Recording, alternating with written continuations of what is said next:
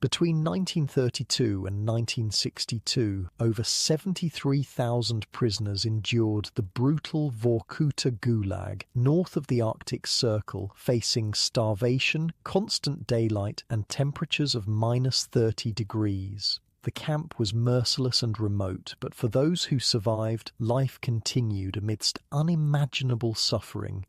Here's what life was really like inside the worst Soviet Gulag camp.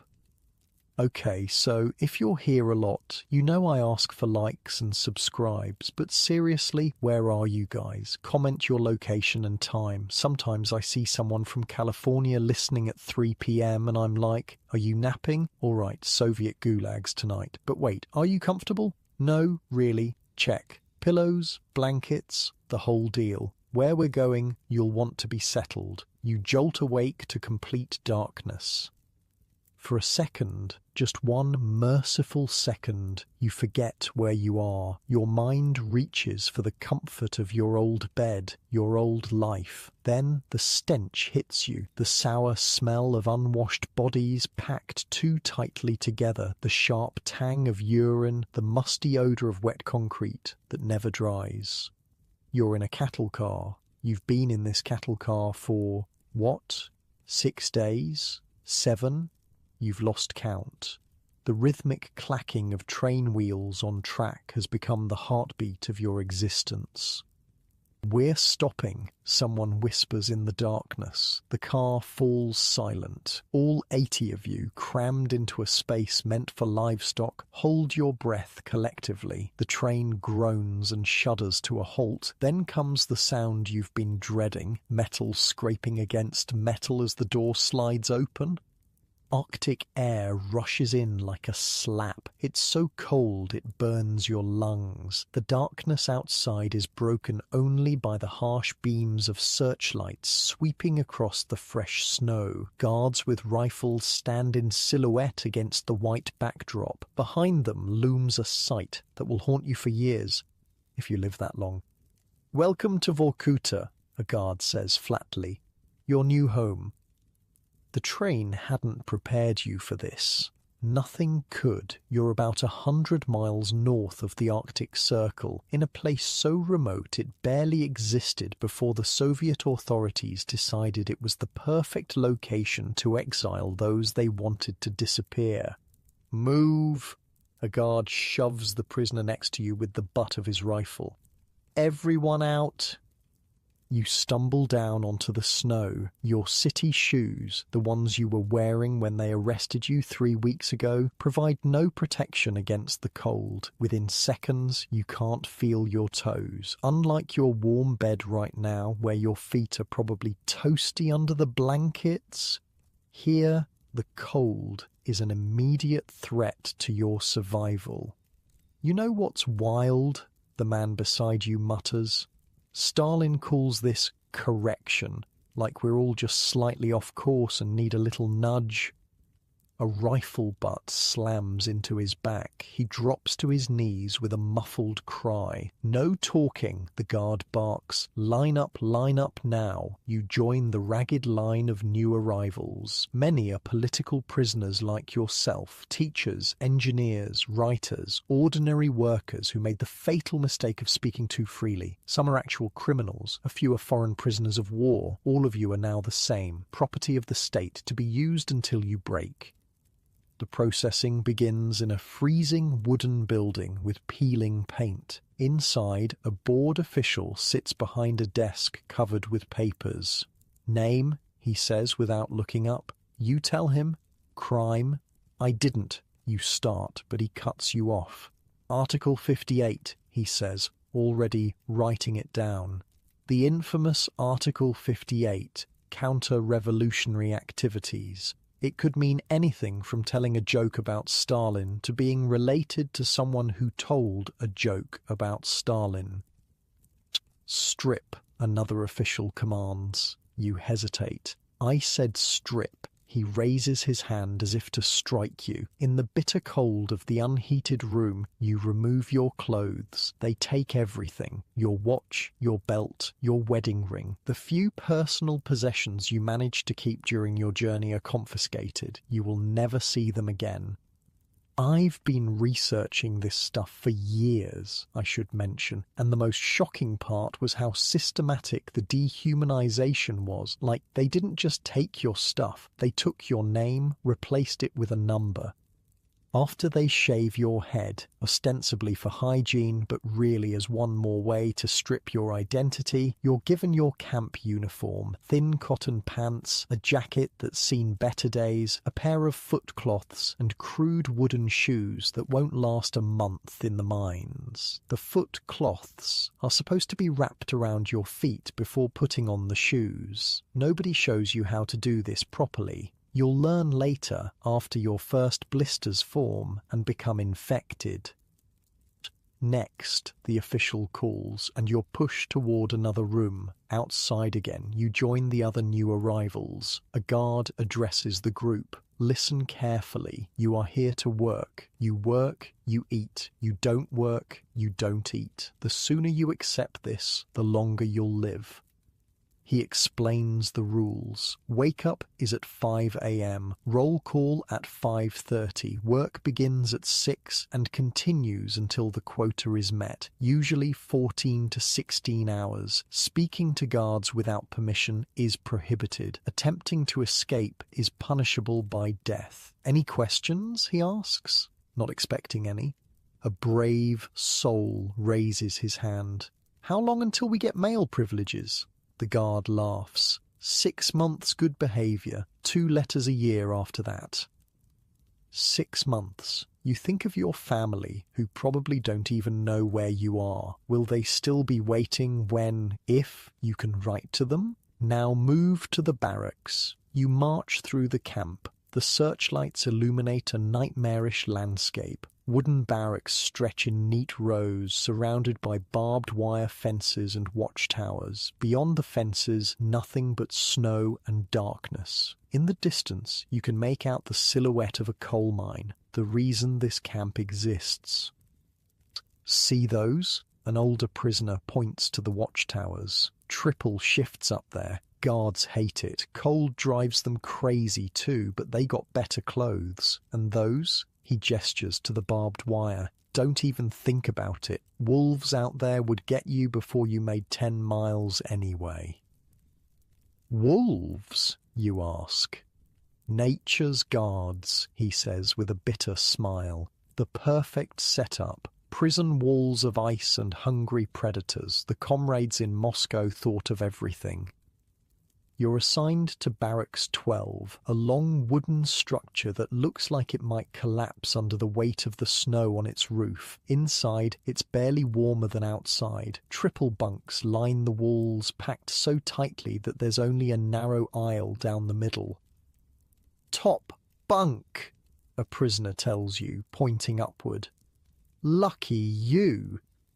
It takes a moment to realise why the top bunk is considered lucky. Heat rises, so the top bunks are marginally warmer. But more importantly, prisoners often relieve themselves during the night, and the urine drips down to the lower bunks. I've read accounts of survivors, I note. And they all talk about those little calculations. What bunk to take, how to wrap your food so it wouldn't get stolen, who to befriend. Your entire day becomes this endless series of survival decisions.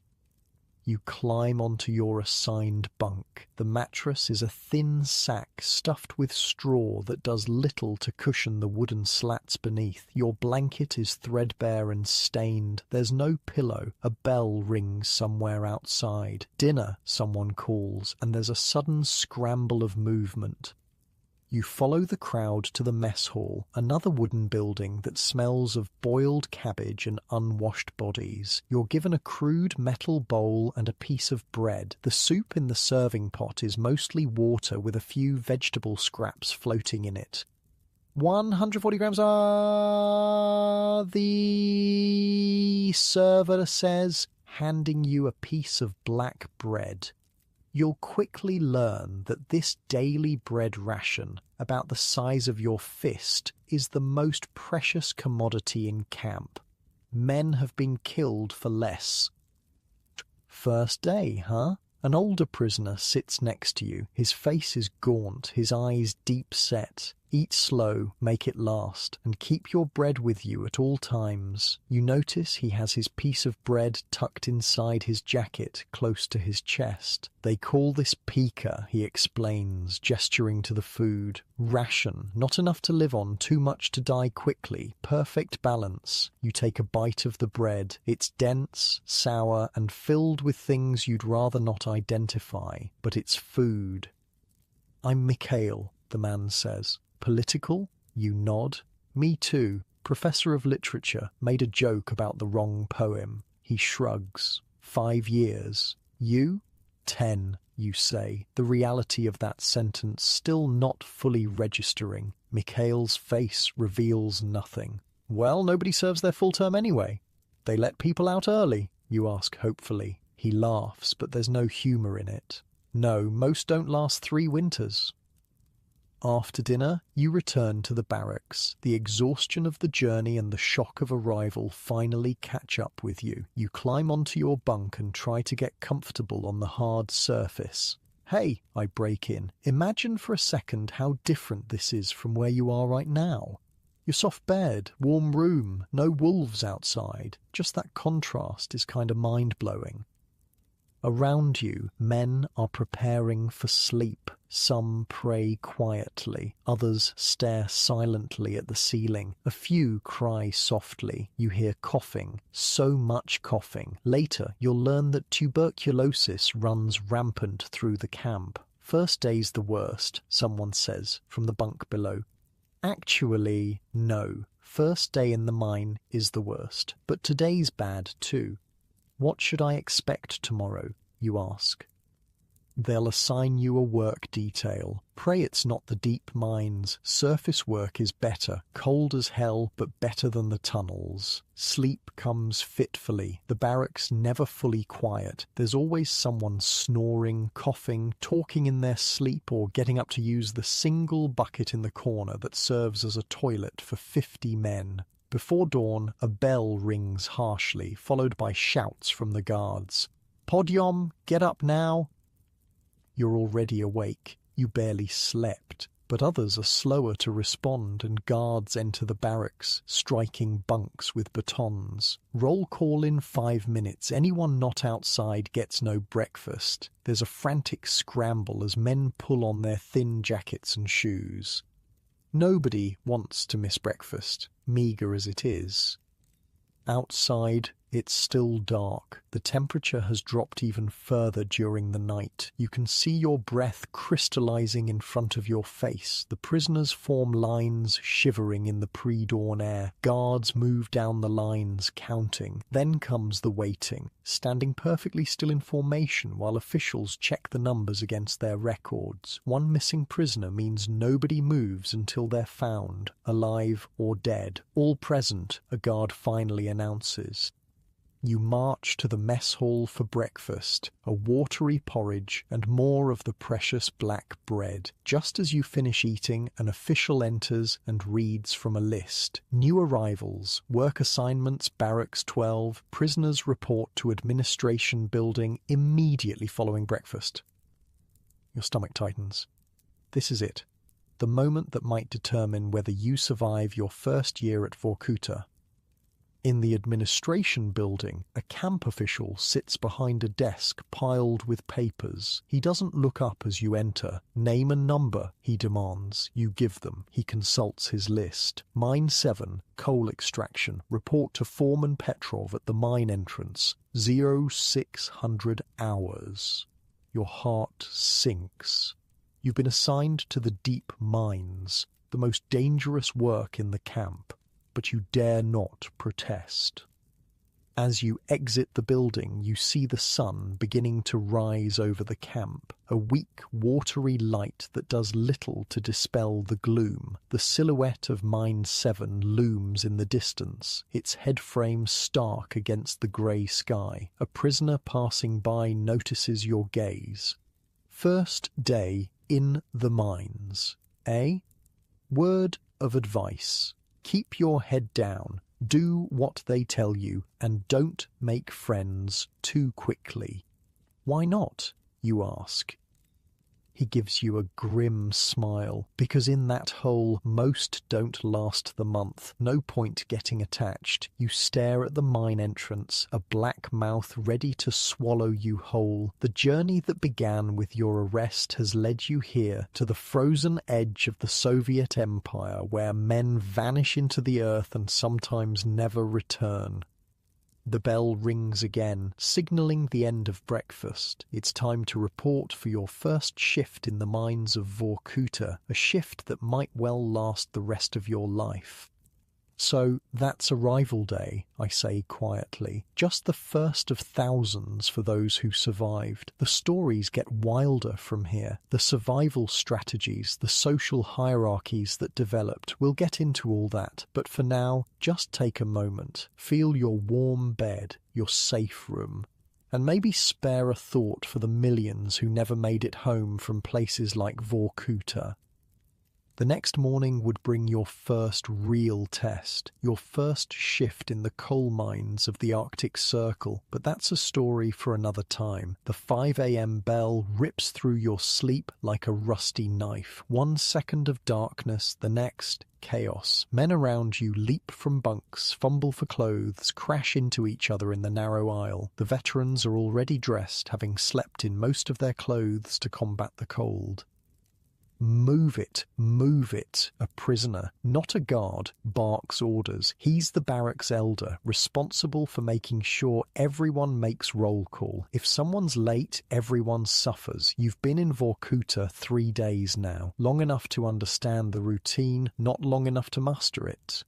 The simplest tasks, wrapping footcloths correctly, gulping down breakfast fast enough, finding your place in line, are still clumsy struggles. Outside, it's pitch black. The sky above Vorkuta in winter never fully brightens, just a few hours of grey twilight around noon before darkness reclaims the land. The temperature gauge near the mess hall reads -38 degrees. Your nostrils freeze together when you breathe in too deeply. Hey, history nerd moment here, I break in. The polar night in Vorkuta lasted from December 17th to 27, 10 days of complete darkness, but the twilight periods before and after meant almost 2 months of functional darkness. Imagine that, going to work in the dark, working underground all day, then coming back up to more dark. Roll call is the first gauntlet of the day. 50 men from your barracks stand in 5 rows of 10, perfectly straight despite the wind cutting through your thin clothes. The guards count, recount, check their lists. A missing prisoner means a camp-wide lockdown until they're found.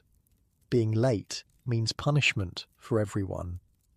The count takes 20 minutes in the biting cold. Men around you stomp their feet and blow into their hands, trying to maintain circulation. The veterans know better than to complain. You're learning quickly. Barracks 12, all present, the guard finally shouts.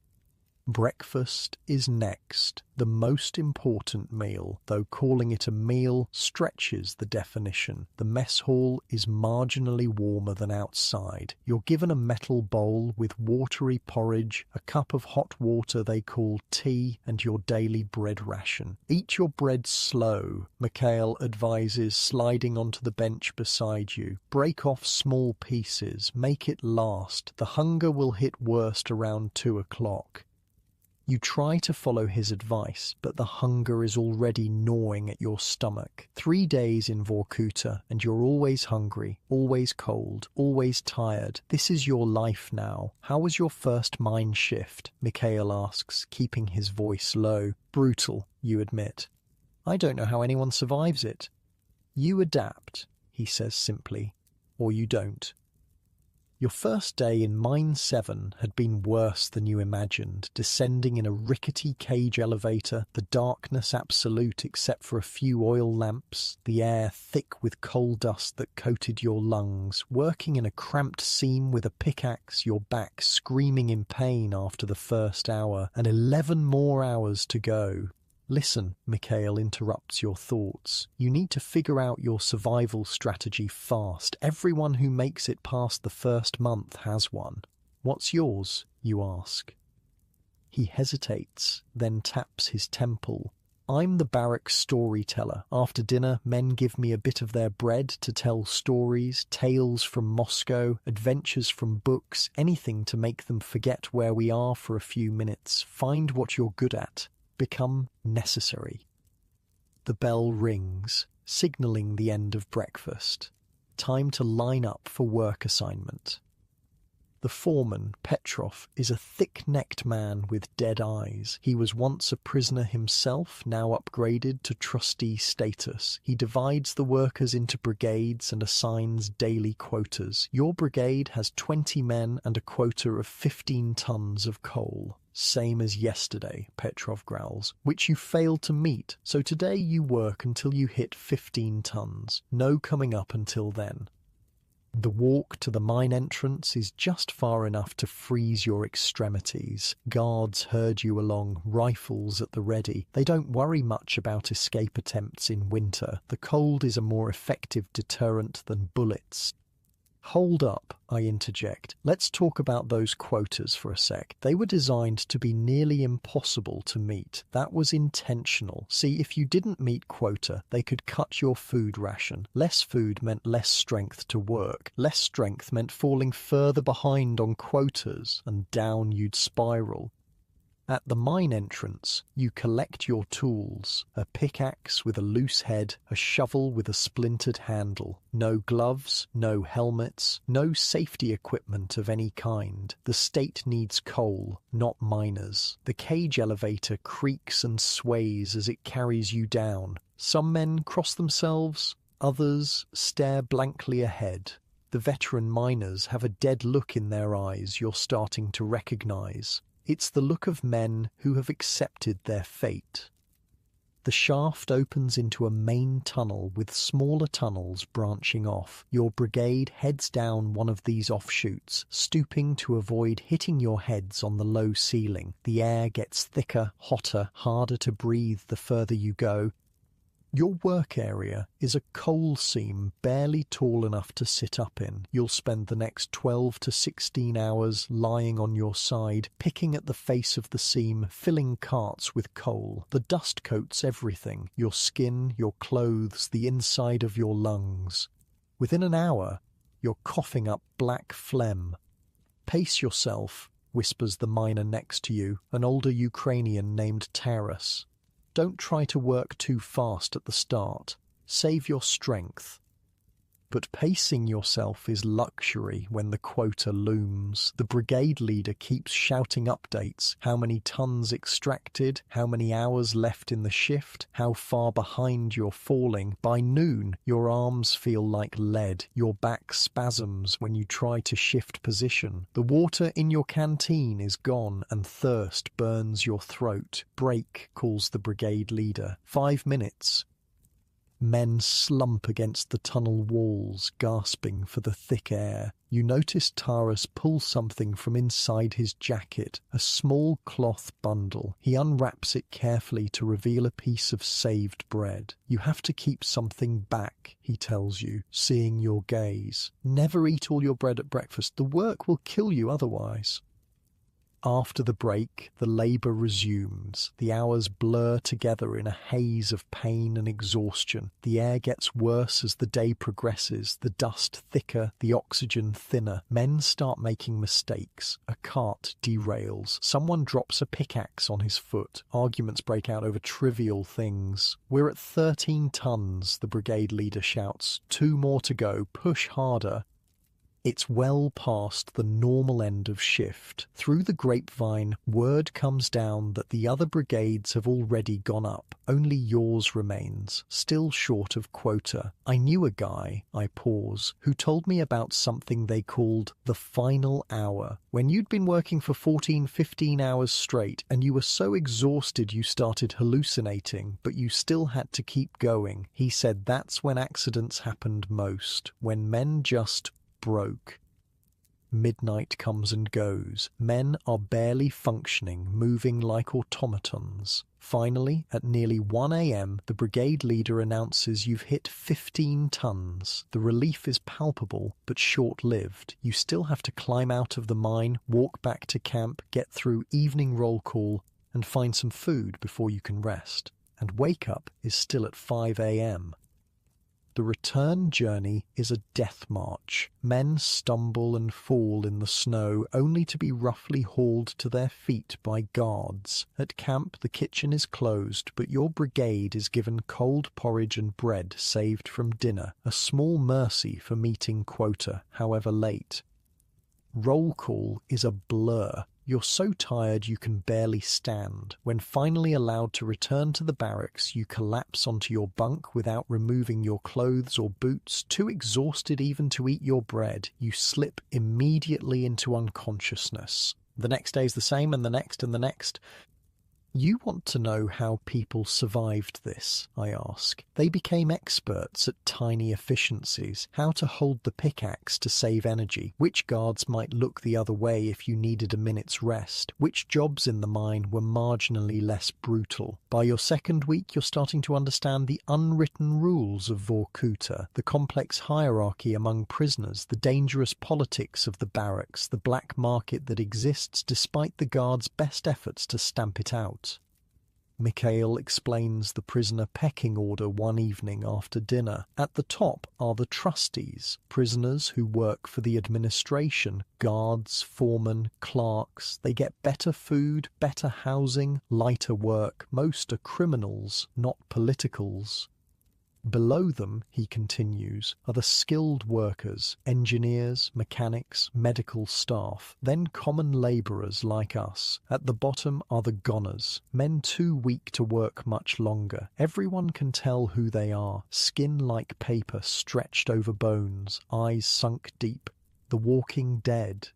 You've seen these men, skeletal figures shuffling around camp, gradually fading away until one day they simply don't appear at roll call. Nobody asks what happened to them. The trick, Mikhail says, is to find ways to move up, become skilled at something, make yourself valuable. Easier said than done, but you watch and learn. The man who repairs boots gets extra bread. The barber receives small favours. The medical orderly, though work to exhaustion, at least works indoors. Food becomes your obsession. Every calorie is precious. Men talk about meals from their past lives with religious reverence. Arguments break out over the memory of a recipe. Dreams are filled not with freedom, but with feasts. You know what's messed up, I interject. In some camps they actually had decent food on paper. The problem was it never reached the prisoners. Camp officials would sell it on the black market, or guards would take the best portions. By the time it reached the mess hall, that meat stew in the official records was just water with a few scraps of gristle. The camp operates on an intricate barter system. Cigarettes are currency. A pack can buy a repair to your boots. 2 packs might get you assigned to an easier work detail for a day. Extra bread can purchase almost anything. Information, protection, favours, theft is the unforgivable crime among prisoners. Take another man's bread and you might not wake up the next morning. The guards don't interfere with prisoner justice in such matters. One less mouth to feed. You witness your first bread theft on your 3rd week. A new arrival, desperate with hunger, snatches a piece from an older prisoner's hand and runs. He doesn't get far. A dozen men tackle him, drag him behind the barracks. He returns hours later, face unrecognizable, crawling on hands and knees. He disappears the next day. Nobody asks questions. The bread ration was sacred, I explain, like beyond sacred. Men would sleep with their daily portion tucked against their bodies. They'd rather lose a finger than their bread. There was a saying in the camps, "He who steals bread steals life." Weather is another constant enemy. The cold is relentless, cutting through your thin clothing like knives. Frostbite claims fingers, toes, ears, noses. The medical station is filled with men having blackened extremities amputated. Keep moving, veterans advise. Never stand still outside. Wiggle your toes constantly. Put paper inside your clothes for insulation. You learn to sleep with your boots under your head to prevent them freezing solid overnight. You learn to urinate on your hands to warm them in an emergency. You learn that failing to brush the snow from your eyebrows can lead to them freezing to your skin. But even as the physical challenges mount, it's the psychological torture that proves most insidious. The constant surveillance, the arbitrary punishment, the knowledge that your 10-year sentence might as well be forever, the loss of your name, your identity, your past life. I saw a report from a camp doctor once, I mention, who said the psychological breaking point for most prisoners came between month 2 and 3. That's when the reality fully set in. This wasn't temporary, this was their life now. One evening, as you sit on your bunk too exhausted to sleep, Taurus approaches. "You're losing weight too fast," he says bluntly. "You won't last the winter at this rate." "What can I do?" you ask. "The work is impossible. The food is nothing." "There are options," he says carefully. "Desperate ones," he explains in hushed tones. Some prisoners deliberately injure themselves to get medical leave. Cut off a finger, drink kerosene, reopen healing wounds. The hospital, though basic, is still better than the mines. "But be careful," he warns. "They're wise to most tricks. Get caught faking, and it's the punishment cells. Nobody survives those in winter." The punishment cells are legendary. Unheated concrete boxes where prisoners are kept in underwear with reduced rations. 3 days is considered a death sentence in winter. "I'm not that desperate," you tell him. "Not yet. You will be," he replies. "We all reach that point, eventually." But there are other survival strategies. Some prisoners form tight bonds, sharing resources and protecting each other. These small families often last longer than loners.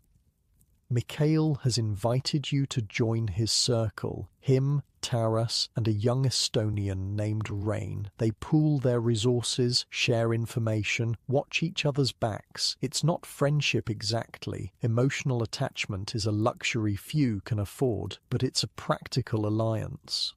During bad times, Mikhail explains, one of us might get a package or find an extra piece of bread. We share. During the worst times, we keep each other from giving up.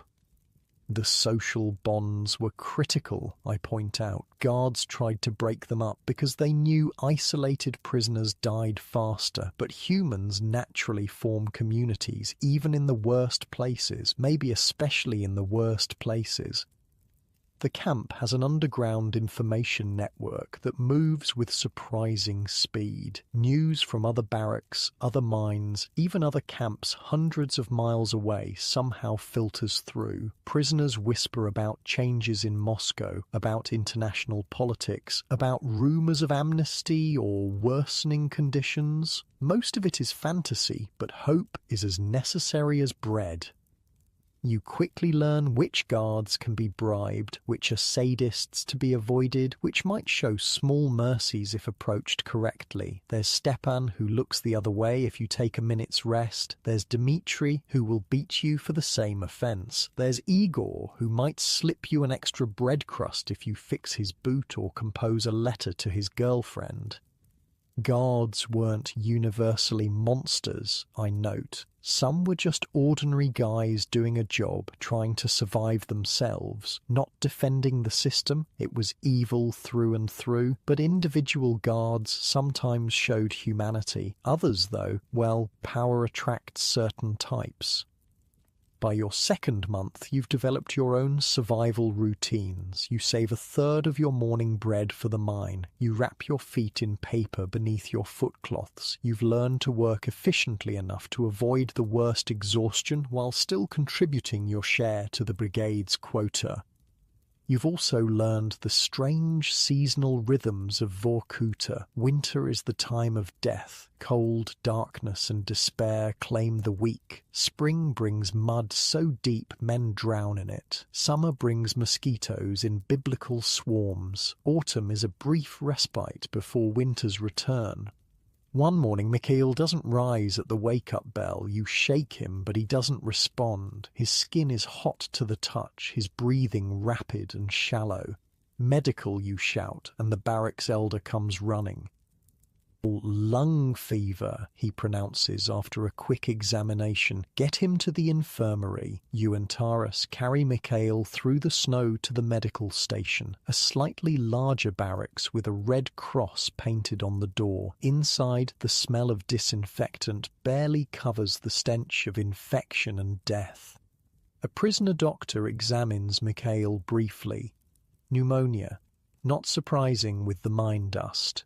"We'll keep him." "Will he survive?" you ask. The doctor looks at you with tired eyes. "Depends on how strong he is and how valuable to the administration. Engineers get antibiotics, regular miners get rest and aspirin. You leave Mikhail on a narrow cot, knowing you might never see him again. The survival math is simple and brutal. Men who can't work don't eat. Men who don't eat don't live. But life in Vorkuta teaches you to continue regardless. You return to your barracks, collect your tools, and head to the mines. The quotas don't care about your sick friend. The coal must flow. That night, lying on your bunk, you realize something has changed. 2 months ago, you were horrified by everything. The conditions, the cruelty, the casual brutality. Now you accept it as normal. You step over a dead man on your way to breakfast without breaking stride. You barter and scheme for extra crumbs of bread. You've learned to survive in a world designed to kill you. "That's the thing about humans," I say softly. "We adapt, even to hell, maybe especially to hell. The price of that adaptation is losing pieces of your humanity, one small compromise at a time. The morning bell will ring at 5 a.m., another day of coal dust and hunger and cold. Another day of calculated survival, another day of Vorkuta.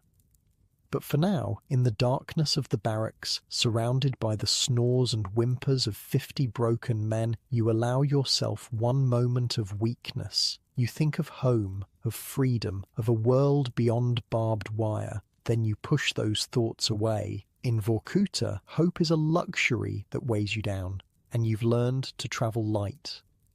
A month passes, then 2. You've survived your first 60 days at Vorkuta, which the old-timers tell you is something of a miracle. Your body has changed, ribs visible through your skin, face gaunt, hands calloused and scarred, but you're still breathing, still moving, still mining. You've become something of an expert on coal. Not by choice. Nobody arrives at Vorkuta dreaming of becoming a miner, but 14 hours a day, 6 days a week spent hacking at coal seams teaches you things whether you want to learn them or not. "Ready for another thrilling day in the mines?" Taras asks, as you lace up your boots before dawn. His humour is dark as the tunnels you work in, but it's one of the few things keeping you both sane. "Can't wait," you reply. "The ambience, the cuisine, the delightful company of our dear foreman Petrov." Mikhail survived his bout with pneumonia, though he returned from the infirmary even thinner, weaker. The administration reassigned him to lighter work sorting coal above ground. A blessing and curse. Less dangerous, but also more exposed to the elements. I I spent months researching these mines, I interject. The coal seams at Vorkuta were some of the richest in Russia, but also some of the most dangerous, hard to access, prone to collapses, full of methane pockets. In a normal country, they might have waited for better technology. But Stalin didn't care about miner safety. He needed coal for industrialization, and prisoners were disposable. The walk to Mine 7 has become so routine you could do it blindfolded, past the administration building, through the second checkpoint, along the path stomped in snow by thousands of feet. The head frame of the mine rises above you, a gallows against the dark sky. You've learned to read the signs at the mine entrance. If the cage operator looks nervous, it means there's been an accident below. If extra guards are posted, it means someone tried to escape or sabotage operations. Today, everything looks normal, which in Vorkuta means merely terrible, instead of catastrophic. The descent into the mine is the moment most prisoners dread. The cage, really just an open metal platform with minimal railings, drops so fast your stomach lurches. The darkness swallows you immediately, with only a few weak lamps marking the way. The air changes, becoming heavy with coal dust and the smell of human sweat. "Going down," the operator calls, and the platform lurches into motion. As you descend, Rain, the young Estonian who's become part of your small circle, leans over. "Heard anything about the new quotas?" You shake your head. The administration changes work requirements frequently, almost always increasing them. It's a way to extract maximum labor while justifying reduced rations when prisoners inevitably fail to meet impossible targets. "Word is they're upping ours to 18 tons, he whispers. "Brigade 4 got the news yesterday."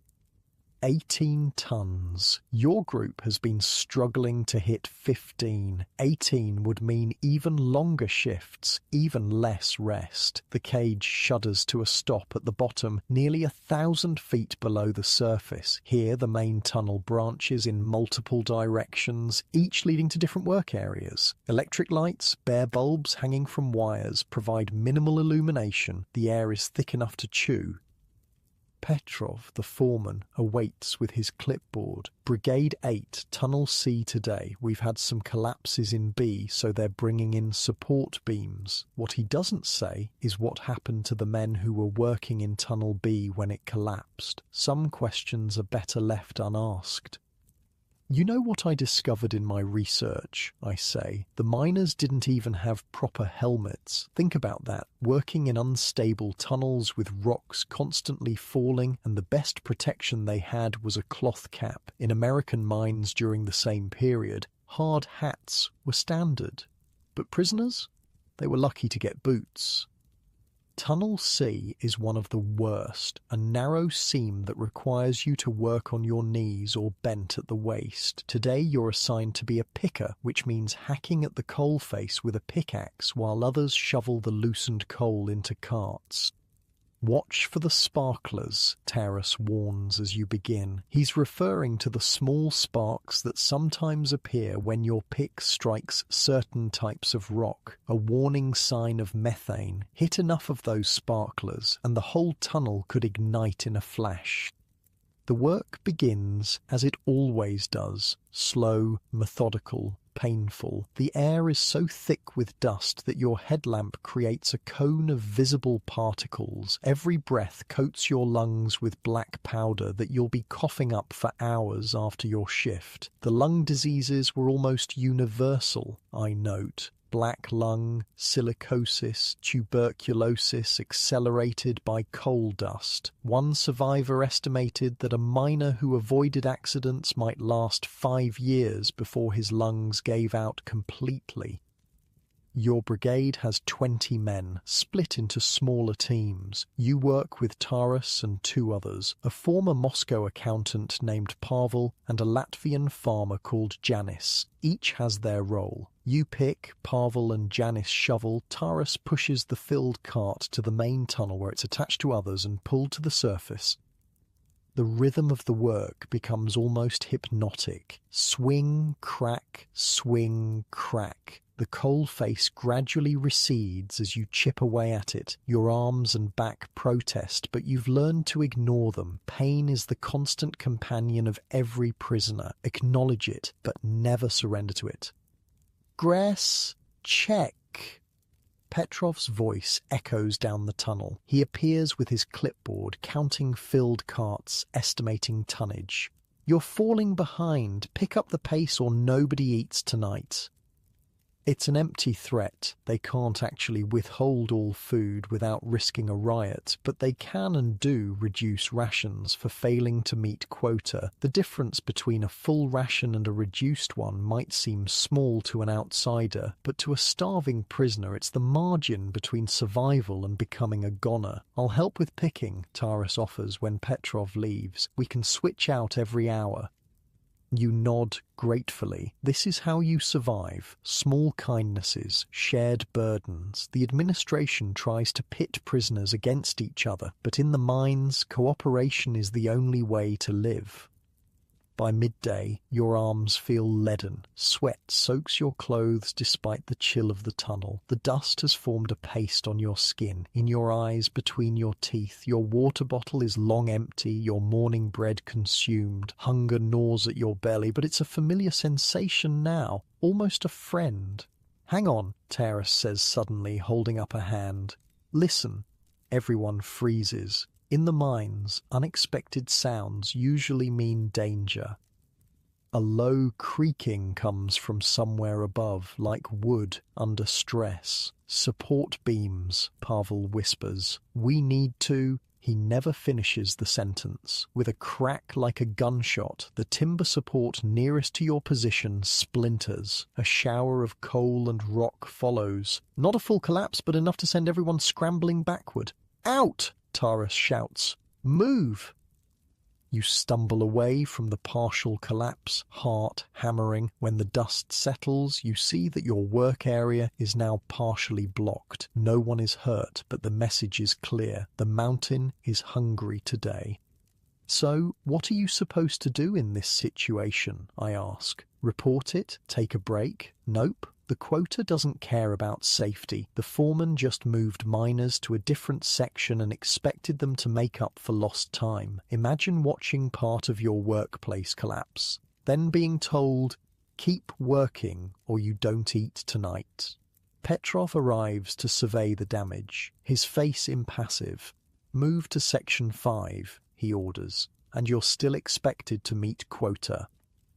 Section 5 is even deeper, even hotter. The air there is so bad that men sometimes faint after an hour, but you have no choice. In the Gulag, orders aren't suggestions. The new section requires a 15-minute walk through ever-narrowing tunnels. By the time you arrive, precious work time has been lost. Your team sets up again, distributing picks and shovels, positioning carts, checking the stability of support beams with experienced taps. We'll never hit 15 tons now, Pavel mutters.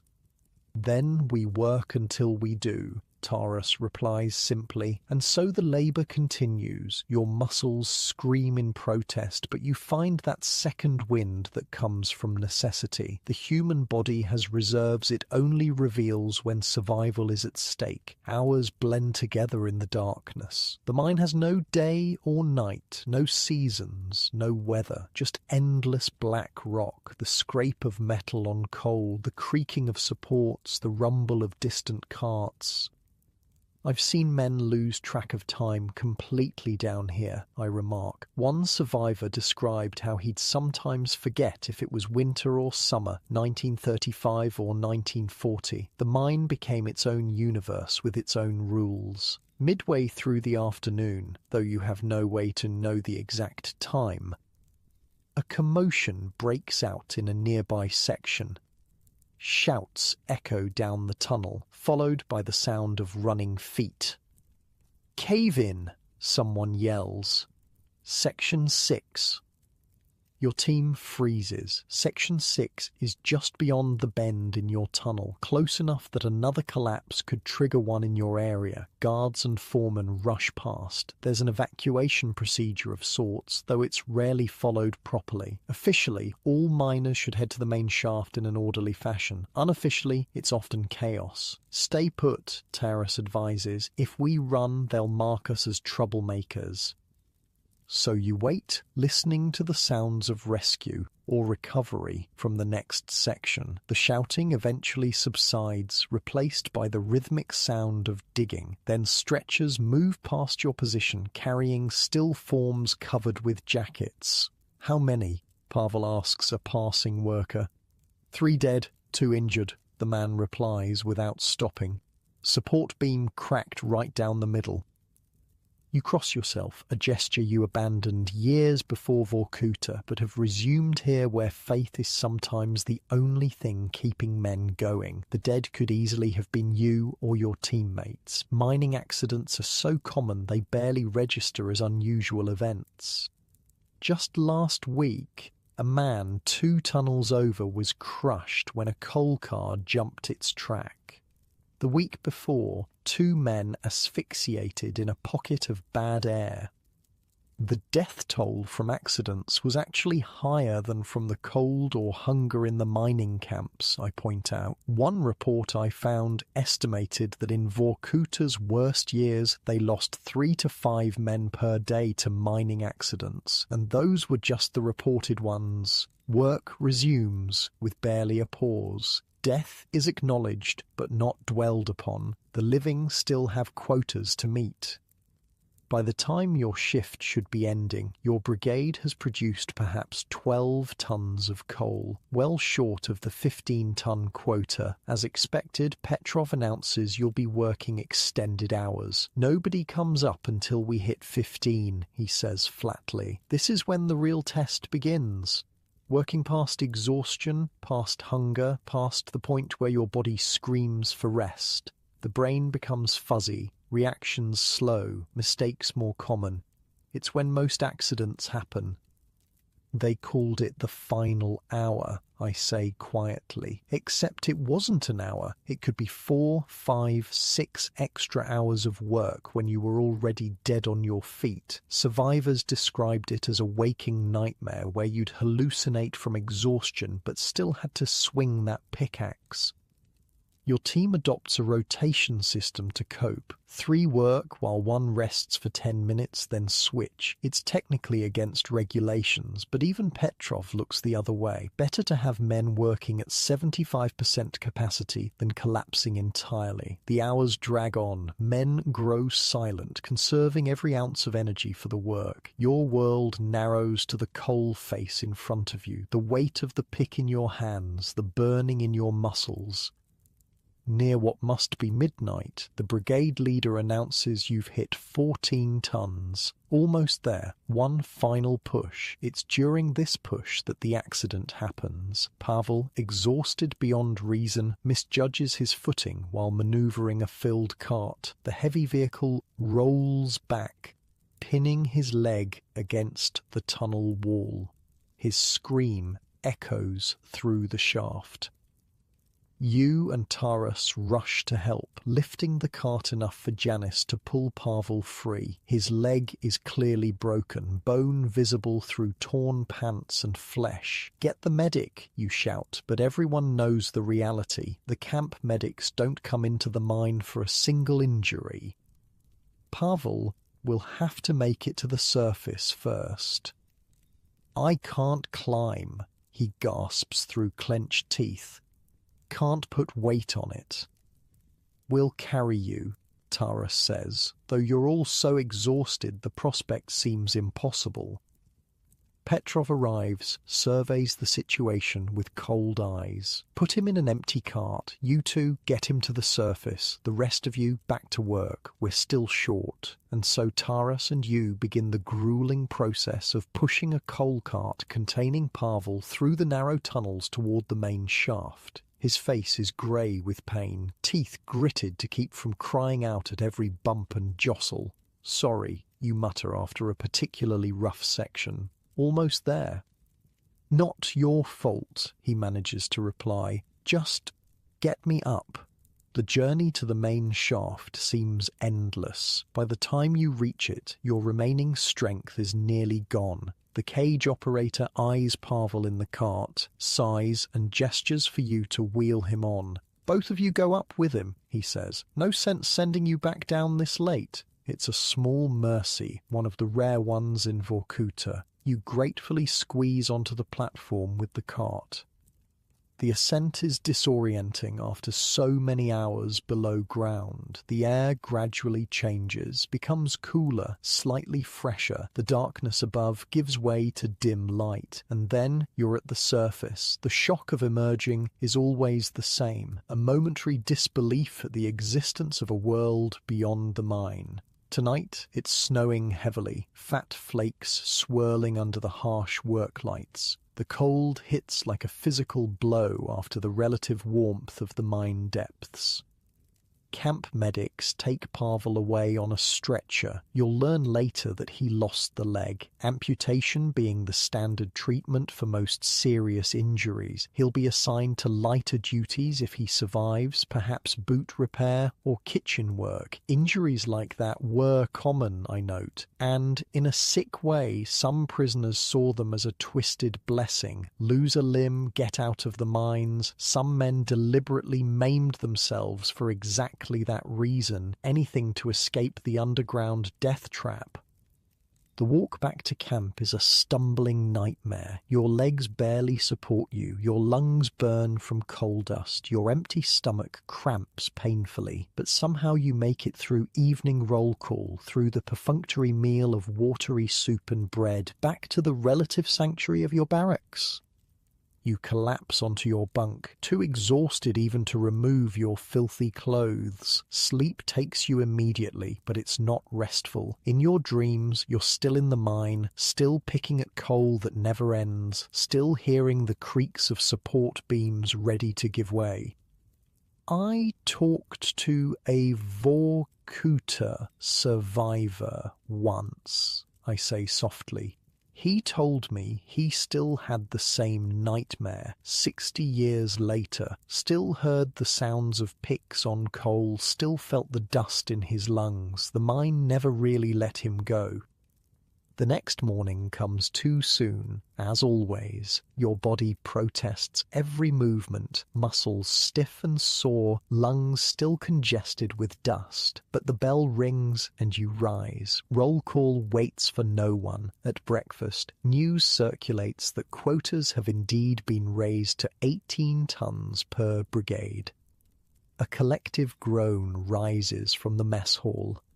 18 tons means even longer shifts, even more exhaustion, even more accidents. "They're trying to kill us faster," someone mutters. "No," Taurus corrects. "They're trying to get more coal with fewer guards, fewer rations, fewer resources. Our dying is just a side effect they don't care about." The morning brings another surprise. Mikhail approaches your table, his face grim. "They're reassigning me," he says without preamble. "Back to the mines. Doctor says I'm recovered enough." You all know what this means. Mikhail is still weak from pneumonia. The mines will likely kill him within weeks. "Which section?" Taurus asks. Mine 9, Brigade 3. A glance passes between Taurus and Rain. Mine 9 is the worst of all. Deeper, more dangerous, with more accidents and deaths than any other. "I'll speak to Petrov," Taurus says. "See if he can get you in our brigade instead. At least we can look out for you." Mikhail nods gratefully, but his eyes show he doesn't expect much. The administration rarely grants such requests. The camp system is designed to separate, isolate, break bonds between prisoners. The whole system was intentionally arbitrary, I explain. That was by design. If prisoners could predict what would happen, they might game the system. But when any day might bring reassignment, punishment, or death for no reason, that breaks people faster than anything. The bell rings for work assignments. Another day in the mines awaits. Another shift of coal dust and danger, of back-breaking labor and gnawing hunger. Another day of Vorkuta. As you file out of the mess hall, Taurus grips your shoulder briefly. One day at a time, he says. Just focus on today. It's the closest thing to wisdom the Gulag has to offer. Don't think about your 10-year sentence. Don't think about the approaching winter. Don't think about tomorrow's quota or next week's hunger. Just survive today. The mine, the cold, the exhaustion, the hunger. One more day in the deep black seams beneath Vorkuta, where men are spent like currency in Stalin's mad rush for coal. 3 months into your sentence, you discover that Vorkuta isn't just a prison camp. It's a society with its own unwritten laws, power structures, and social hierarchies. Complex, brutal, and entirely focused on survival.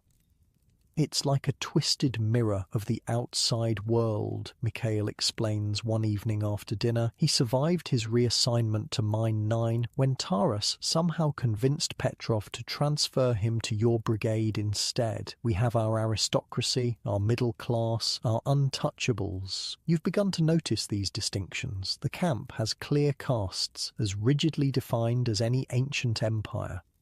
So tonight we're talking social dynamics, I interject. This is where it gets interesting, because these camps weren't just places of suffering, they were entire micro-societies. People formed bonds, fell in love, made enemies, built reputations, all the drama of human life just concentrated and intensified by extreme circumstances.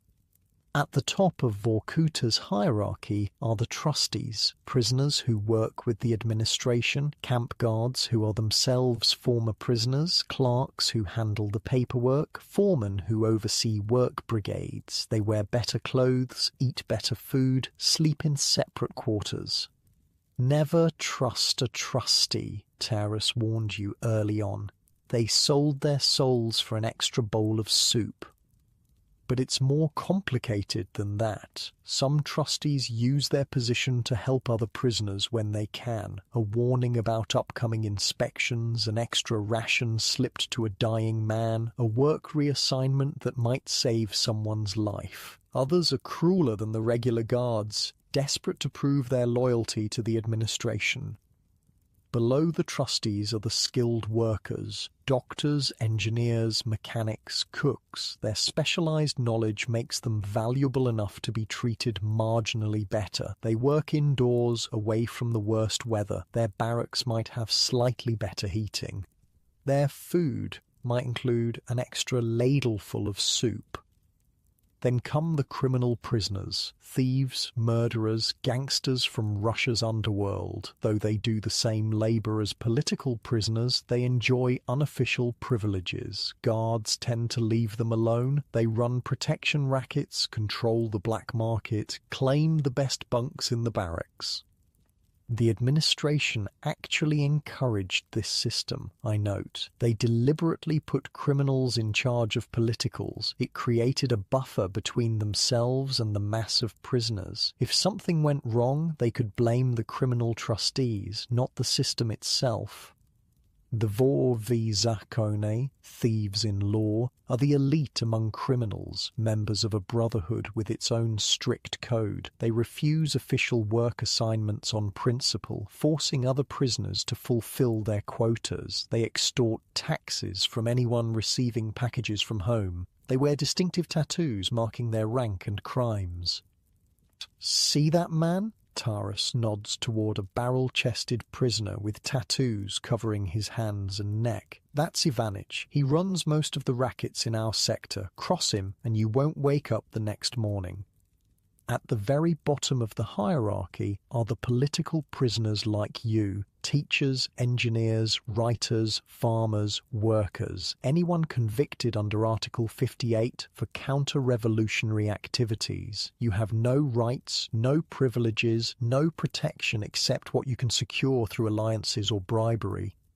And below, even you are the untouchables, the goners in the camp slang, men too weak to work, too sick to recover, too broken to fight anymore. They're walking corpses, and everyone knows it. Guards ignore them, other prisoners avoid them, partly from fear their bad luck might be contagious, partly to protect themselves from the pain of forming attachments to the doomed.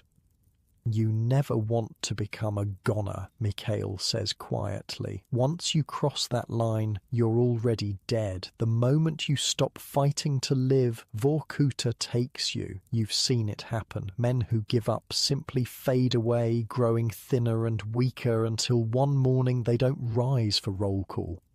Their bodies are dragged out and buried in mass graves outside the camp perimeter, unmarked and unmourned. The social dynamics weren't just about who got more bread, I explain. They determined who lived and who died. Make friends with the right cook, you might get an extra ladleful of soup every day, enough to keep you alive through winter. Offend the wrong criminal, you might wake up with a shiv between your ribs. Your own position in this complex hierarchy has been slowly improving. You've proven yourself a reliable worker, neither shirking nor collaborating with the administration. You've formed alliances with Mikhail, Taras, and Rain, a small family that pools resources and watches each other's backs. You've learned to recognize which guards can be bribed and which must be avoided at all costs. The guards themselves form another layer in this social tapestry. Some are sadists who enjoy inflicting suffering. Some are indifferent, just doing their job. A few show small mercies when they can do so without being observed. That one, Stepanov, he's not bad. Ryan whispers during an evening work detail. If you're sick, he might look the other way, but never try it with Kuznetsov. He'll send you to the punishment cells for sneezing wrong.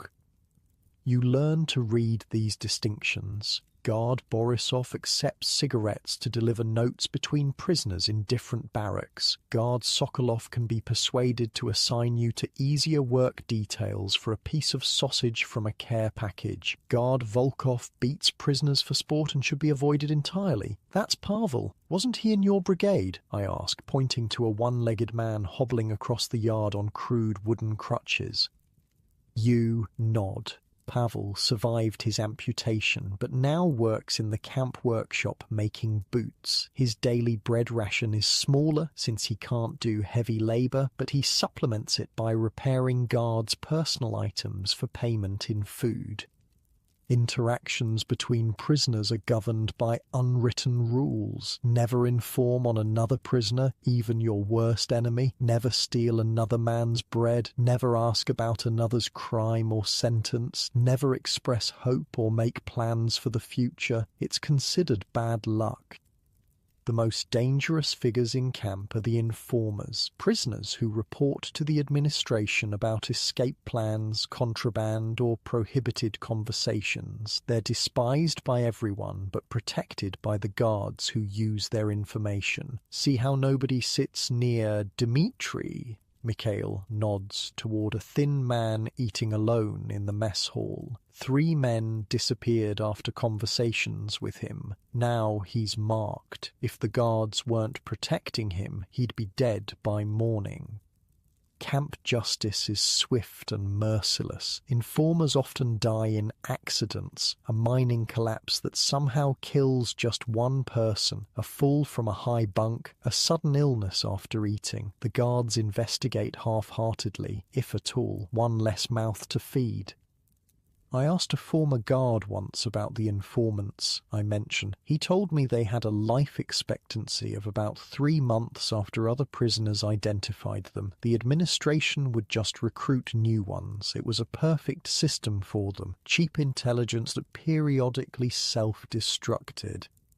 But there are positive relationships too. Friendships formed despite the administration's efforts to prevent them. Men from the same hometown or profession seek each other out. Those who speak the same language gravitate together. The camp holds prisoners from across the Soviet Union and beyond. Russians, Ukrainians, Balts, Caucasians, Central Asians. former Nazi prisoners of war, even some American soldiers captured during the Korean War. This diversity creates both tension and solidarity. The Ukrainians stick together, Taras explains. He's Ukrainian himself, from a village near Kiev. So do the Balts. The administration tries to split us up, mix the barracks, but we find ways to help our own.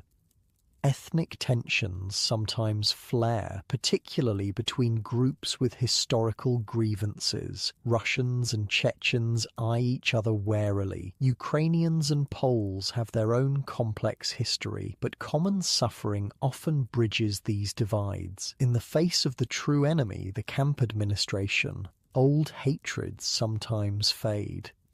My father fought against the Russians in the Estonian Independence War, Rain tells you one night. Now I'm sharing my bread with a Russian professor and a Ukrainian farmer. The world is strange. Romance exists too, though the camps segregate men and women. Secret notes are passed between male and female zones. Brief encounters occur during work details. Guards can be bribed to look the other way for a few precious minutes. Vitali from Barracks 8 is in love with a woman from the female sector, Mikhail tells you, a rare smile crossing his face. They met during agricultural work last summer. Now he trades his tobacco ration to a guard who delivers his letters to her. Love was rare but powerful in the camps, I note. I read one account from a woman prisoner who said falling in love was what saved her. Having someone to live for, to survive for, it gave her a reason to keep going when everything else seemed hopeless. The black market flourishes despite constant surveillance. Everything has value in Vorkuta. Cigarettes, bread, clothing, medicine, tools, information. Transactions happen in shadows, in whispers, in subtle hand signals. Goods change hands during work shifts, in latrine visits, in the brief moments before lights out. You witness an exchange during lunch, a pack of cigarettes passed under the table in return for what looks like a small jar of fat, probably saved from multiple soup rations. Neither man acknowledges the transaction visibly, their eyes never meet, but both walk away satisfied. "Where do the cigarettes come from?" you ask Taras later. Guards sell them, or prisoners with access to the supply warehouses steal them, or they come in care packages and get traded. Everything finds its way into the market eventually. Care packages from home are the most prized possessions in camp. Not every prisoner is permitted to receive them, and not every family can afford to send them. But those who get packages gain instant status and currency for the black market. "I haven't been approved for packages yet," you tell Mikhail. As a new prisoner, you're still waiting for permission to notify your family of your location and receive mail. "It'll come, maybe after 6 months if you stay out of trouble," he assures you. Though by then, who knows if your family will still be at the same address. The authorities don't exactly help them track you down. Cultural life persists even in this hell. Engineers sketch building designs in the dirt during breaks. Musicians fashion crude instruments from camp materials. A balalaika made from wood scraps and wire, a drum from a tin can and stretched cloth. Poets compose verses in their heads during work shifts, reciting them at night to appreciative audiences. Mikhail's stories save lives, Rain tells you. On the worst nights when men are ready to give up, he reminds us there's a world beyond the wire, a world worth surviving for. The cultural stuff wasn't just entertainment, I explain. It was resistance, creating beauty in a place designed to destroy the human spirit. That's revolution in its purest form. Religion thrives underground, despite official prohibition. Orthodox Christians cross themselves when guards aren't looking. Muslims pray silently during work breaks, facing Mecca. Jews risk punishment to observe high holidays. Faith provides comfort where nothing else can. You notice an old man who traces a cross on his chest before eating his bread each day. His name is Father Sergei, a Russian Orthodox priest serving 20 years for refusing to close his church. His quiet dignity has earned him respect from prisoners of all backgrounds. The guards know he leads secret prayers, Mikhail whispers, but they leave him alone mostly. Even they have limits, it seems. Political discussions happen in hushed tones, late at night. Not everyone here is anti-Soviet. Some prisoners maintain their communist convictions despite their imprisonment, arguing they were falsely accused or that Stalin has betrayed the revolution. Others have become fierce opponents of the regime that sent them here. Debates can become heated, though always quiet enough to avoid guard attention.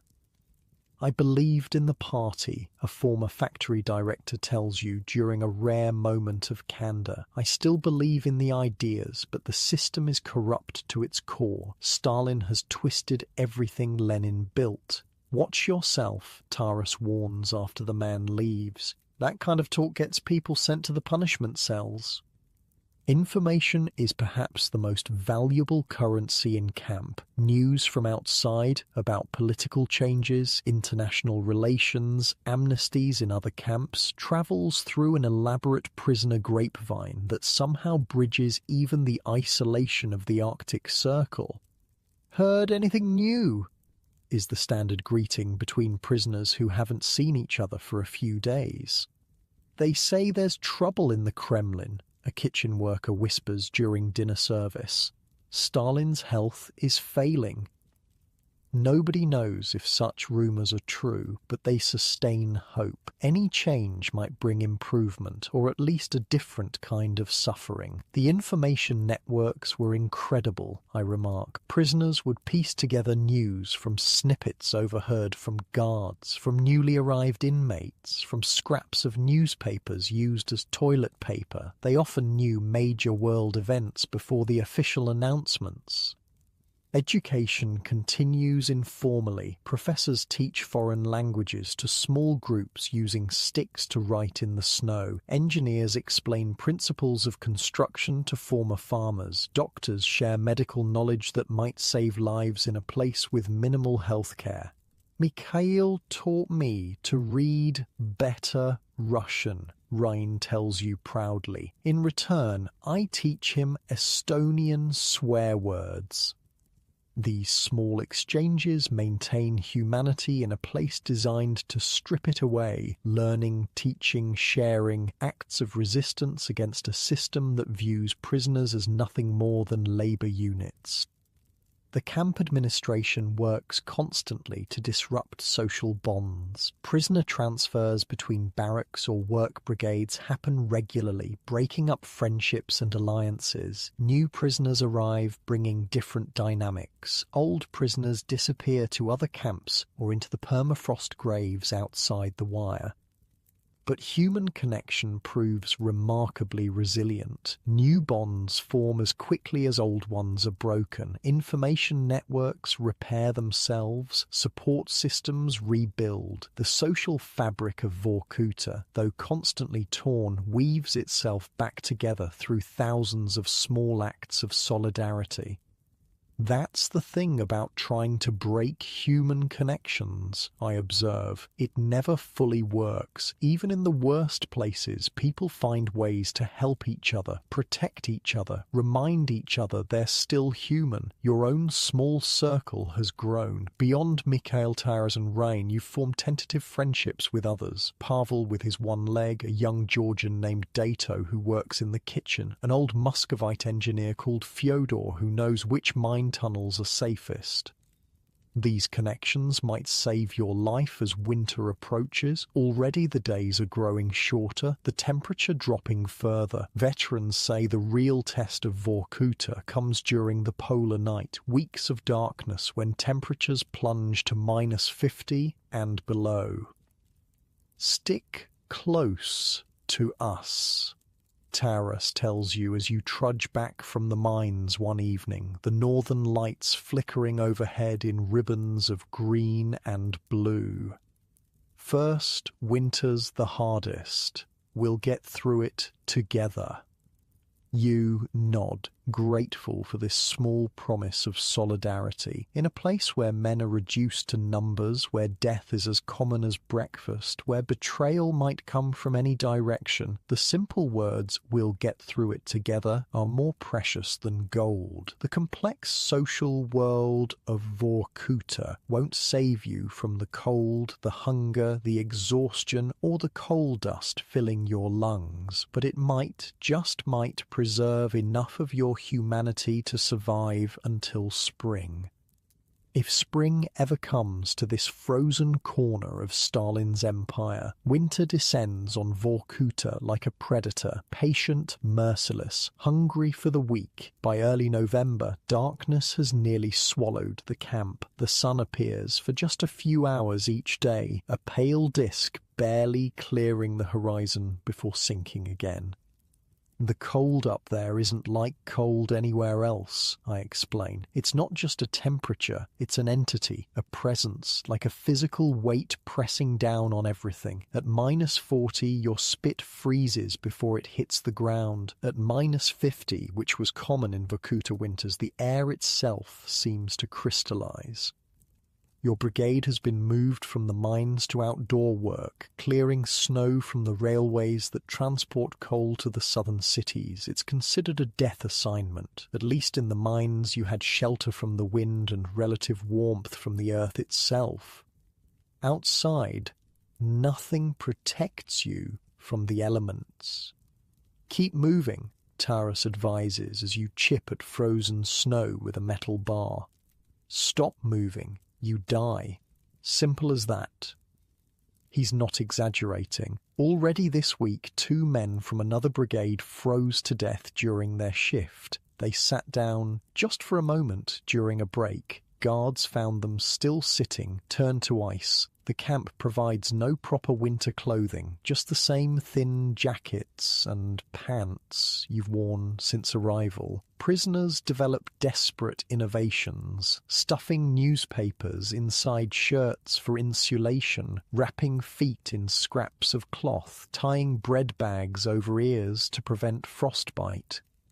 Your hands are turning white, Mikhail warns, grabbing your wrist. That's frostbite starting. You need to warm them now. He shows you the veteran's technique, placing hands in armpits, underarms, between thighs, anywhere body heat might thaw the creeping death in your fingers. The pain, when circulation returns, is excruciating, like thousands of needles stabbing simultaneously. But the alternative is losing digits or entire limbs. I talked to a survivor who lost all his toes his first winter, I note. He said the camp doctor just snipped them off with garden shears. No anesthesia, no real medical care. After that, he had to stuff rags in the front of his boots to keep them from falling off when he walked. By December, the polar night arrives in full. The sun vanishes completely, not to return for weeks. Darkness rules except for the harsh floodlights illuminating work areas and the camp perimeter. The effect on morale is devastating. Men grow silent, withdrawn. Arguments flare over nothing. Small tasks become overwhelming. The darkness gets inside your head, Rain explains, when you ask about the strange mood in the barracks. Makes you forget there was ever anything else. Makes you think this is all there is, all there ever was or will be. The Estonian speaks from experience. This is his 3rd winter in Vorkuta. Each year the polar night claims more victims, not just from cold, but from despair. Suicide rates spike. Men walk deliberately into forbidden zones to be shot by guards. Others simply stop eating, preferring a faster end to the slow torture of survival. Guards grow harsher during winter, imposing stricter discipline when prisoners are at their weakest. Quotas remain unchanged despite the brutal conditions. Food rations, if anything, decrease. The administration knows winter will reduce the camp population naturally, solving their overcrowding problems. The first big storm is the worst, Taurus tells you as you huddle together during evening meal. Outside, wind howls like a living thing, driving snow horizontally past the barracks windows. 3 days of this, maybe 4. We won't go outside until it passes. Being snowbound in the barracks brings its own challenges. 50 men confined in a space designed for 30, with minimal sanitation and dwindling food. The stove in the centre provides barely enough heat to prevent freezing, let alone comfort. Men wear every piece of clothing they own, even while sleeping. You learn the winter survival tricks from the veterans. Sleep in the middle of the barracks, away from the walls where ice forms inside. Stuff paper into your clothes for insulation. Keep bread inside your shirt so it doesn't freeze solid. Melt snow in your mouth when thirst becomes unbearable. Never, ever lick metal. Had a new guy last year, Rain recalls grimly. Someone dared him to lick a shovel handle. His tongue stuck instantly, tore half of it off trying to get free, bled to death before they could get him to the infirmary. The storm rages for 5 days. When it finally subsides, the camp resembles an alien landscape. Snow has drifted higher than a man's head in places. Buildings are half buried, paths have vanished completely. Work brigades spend days just digging out. Men disappear up to their chests in snow, creating narrow channels between buildings. The mines, at least temporarily, are inaccessible. The administration focuses on clearing the railway first. Coal shipments must continue regardless of weather. "Look at that," Mikhail says quietly, pointing upward one night as you trudge back to the barracks. Above you, the northern lights dance across the sky in rippling curtains of green and blue. The beauty is so unexpected, so at odds with the hell around you, that it stops you in your tracks. For a moment, just one moment, you forget where you are. Aurora borealis, Mikkel explains, caused by solar particles hitting the atmosphere. At least that's the scientific explanation. The Nenets natives believe they're the spirits of the dead dancing. Maybe both are true, you suggest. The Northern Lights were one of the few genuine comforts prisoners had, I remark. Several survivors mentioned them in their memoirs, how they'd risk punishment by stopping work just to look up at them. Beauty becomes more precious when everything else is ugly. December brings the nadir of existence, the darkest days, the coldest temperatures, the highest death rates. Men die in their sleep from exposure, despite being indoors. The infirmary fills with frostbite cases, pneumonia victims, men broken by the relentless assault of winter.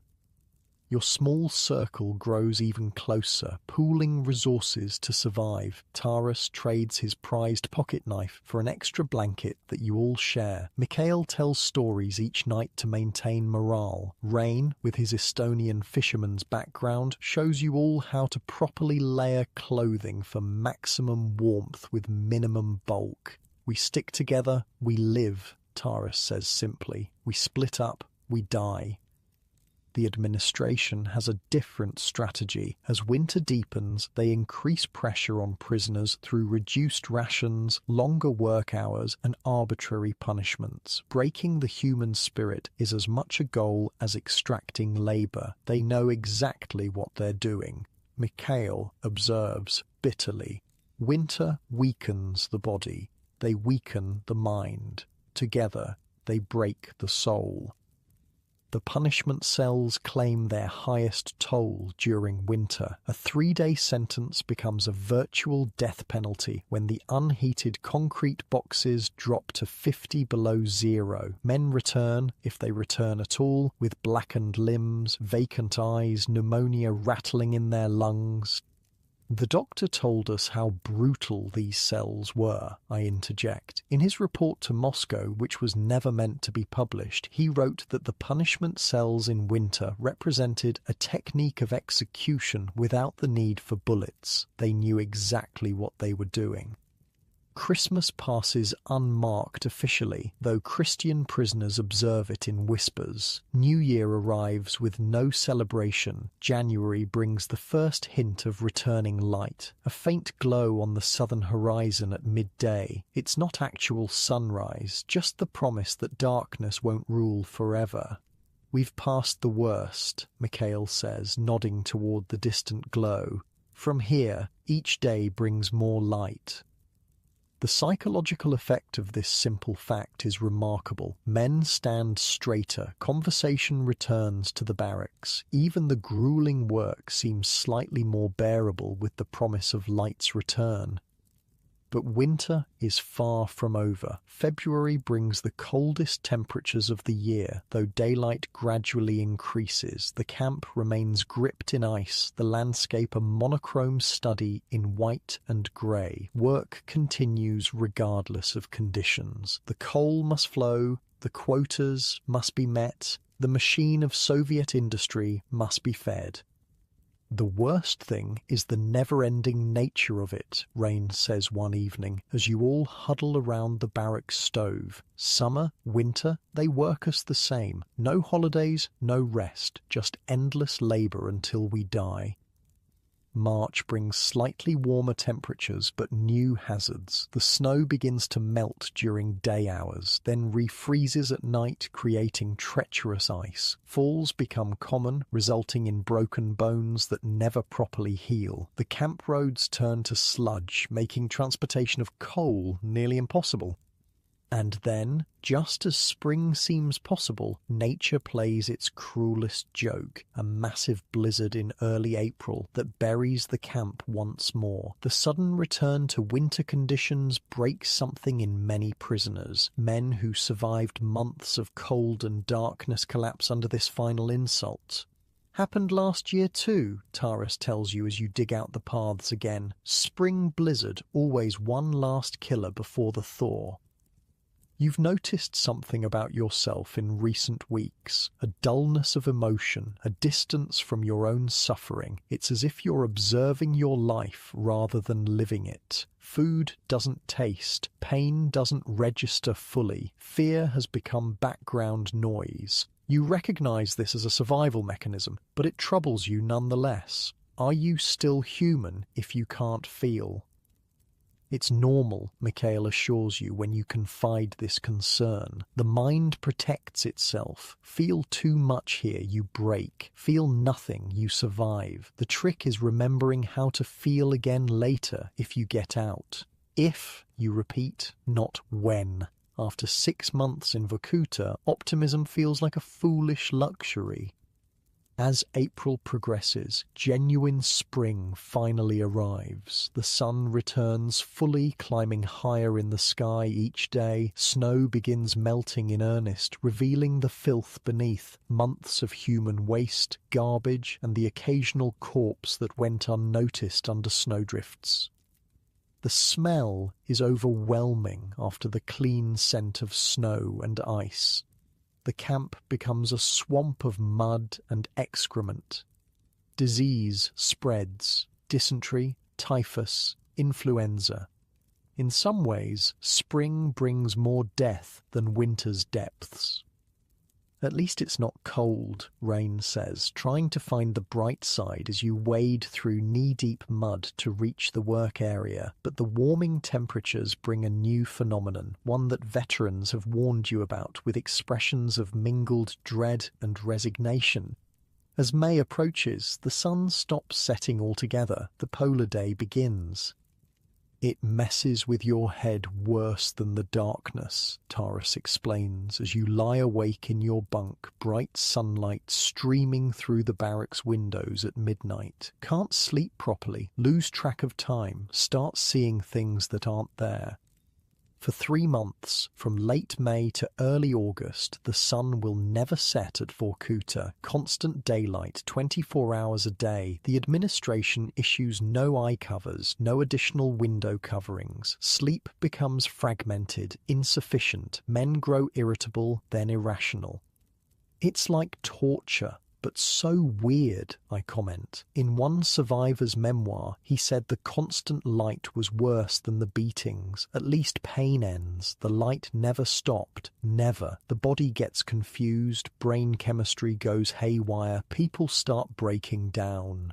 The unnatural light creates surreal scenes. Men working night shifts under a bright sun, guards conducting 3 a.m. roll calls in broad daylight. The usual rhythm of day and night disappears, replaced by an endless, disorienting present.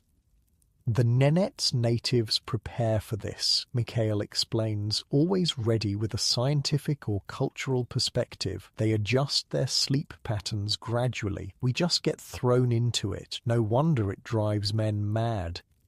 You develop your own coping methods, a cloth tied over your eyes when sleeping, mental discipline to maintain a sense of time despite the sun's position, regular routines regardless of the light, but still the constant brightness wears on you, creating a persistent headache, a sense of unreality.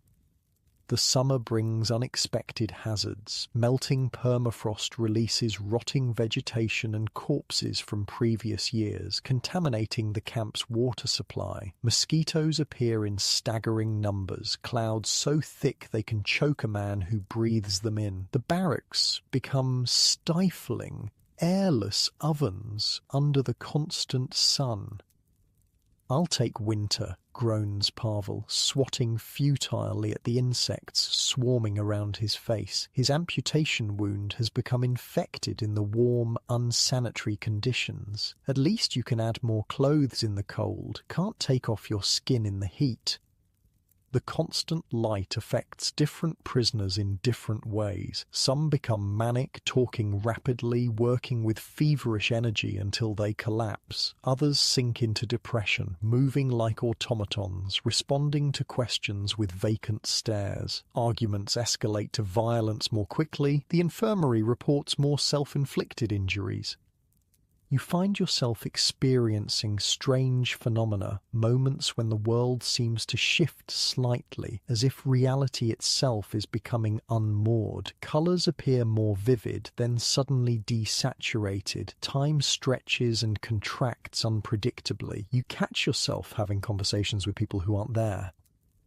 "It's the light," Mikhail explains when you describe these episodes. Sleep deprivation combined with exhaustion and malnutrition. Little hallucinations. We all get them during polar day. They'll pass when the darkness returns. The administration seems to understand the psychological effects of the constant light and uses it to their advantage. Inspections increase, punishments become more frequent, guards provoke prisoners deliberately, knowing their frayed mental state will lead to infractions that justify brutal responses. They're farming reactions, Taras observes grimly, planting seeds of irritation, harvesting excuses for violence. By July, you've been in Vorkuta nearly 9 months. Your body has changed dramatically. Weight lost, muscles hardened by labour, skin weathered by extremes of temperature, lungs damaged by coal dust. But the psychological changes are more profound. You've adapted to a world that would have seemed impossible to your former self. The human capacity for adaptation is remarkable, I note. People survive conditions that should be unsurvivable. The cost is high, though. One survivor told me, "I lived through Vorkuta, but parts of me died there forever." As August approaches, the sun finally begins to set again, if only briefly. The first true night in 3 months brings an almost religious celebration in the barracks. Men weep with relief at the simple gift of darkness, the return of sleep's embrace. "We made it," Rain says quietly, as you all watch the sun dip below the horizon for a short 2 hours. Through winter's night and summer's day, the worst is behind us now. But veterans know better. Autumn brings its own challenges. Cold rains, early snow, the knowledge that another winter is approaching, and winter, when it comes again, will be just as deadly as before. Perhaps more so, given your weakened condition after a year in the Gulag. One season at a time, Mikhail advises. That's all we can manage. You've completed the full cycle of Vorkuta's seasons. The dark winter, the muddy spring, the bright summer, the brief autumn. You've experienced the polar night and the polar day, the extremes of cold and the unexpected miseries of heat. You've watched how these natural phenomena become weapons in the hands of those who run the camp, tools to break those already bent by hunger and exhaustion. And you've survived, not unscathed, not unchanged, but alive. In Vorkuta, that alone is a victory. As the days begin shortening again, as the temperature starts its downward trend, you find yourself oddly calm. The approaching winter holds no mysteries now, only familiar hardships. You know what to expect. You know how to endure.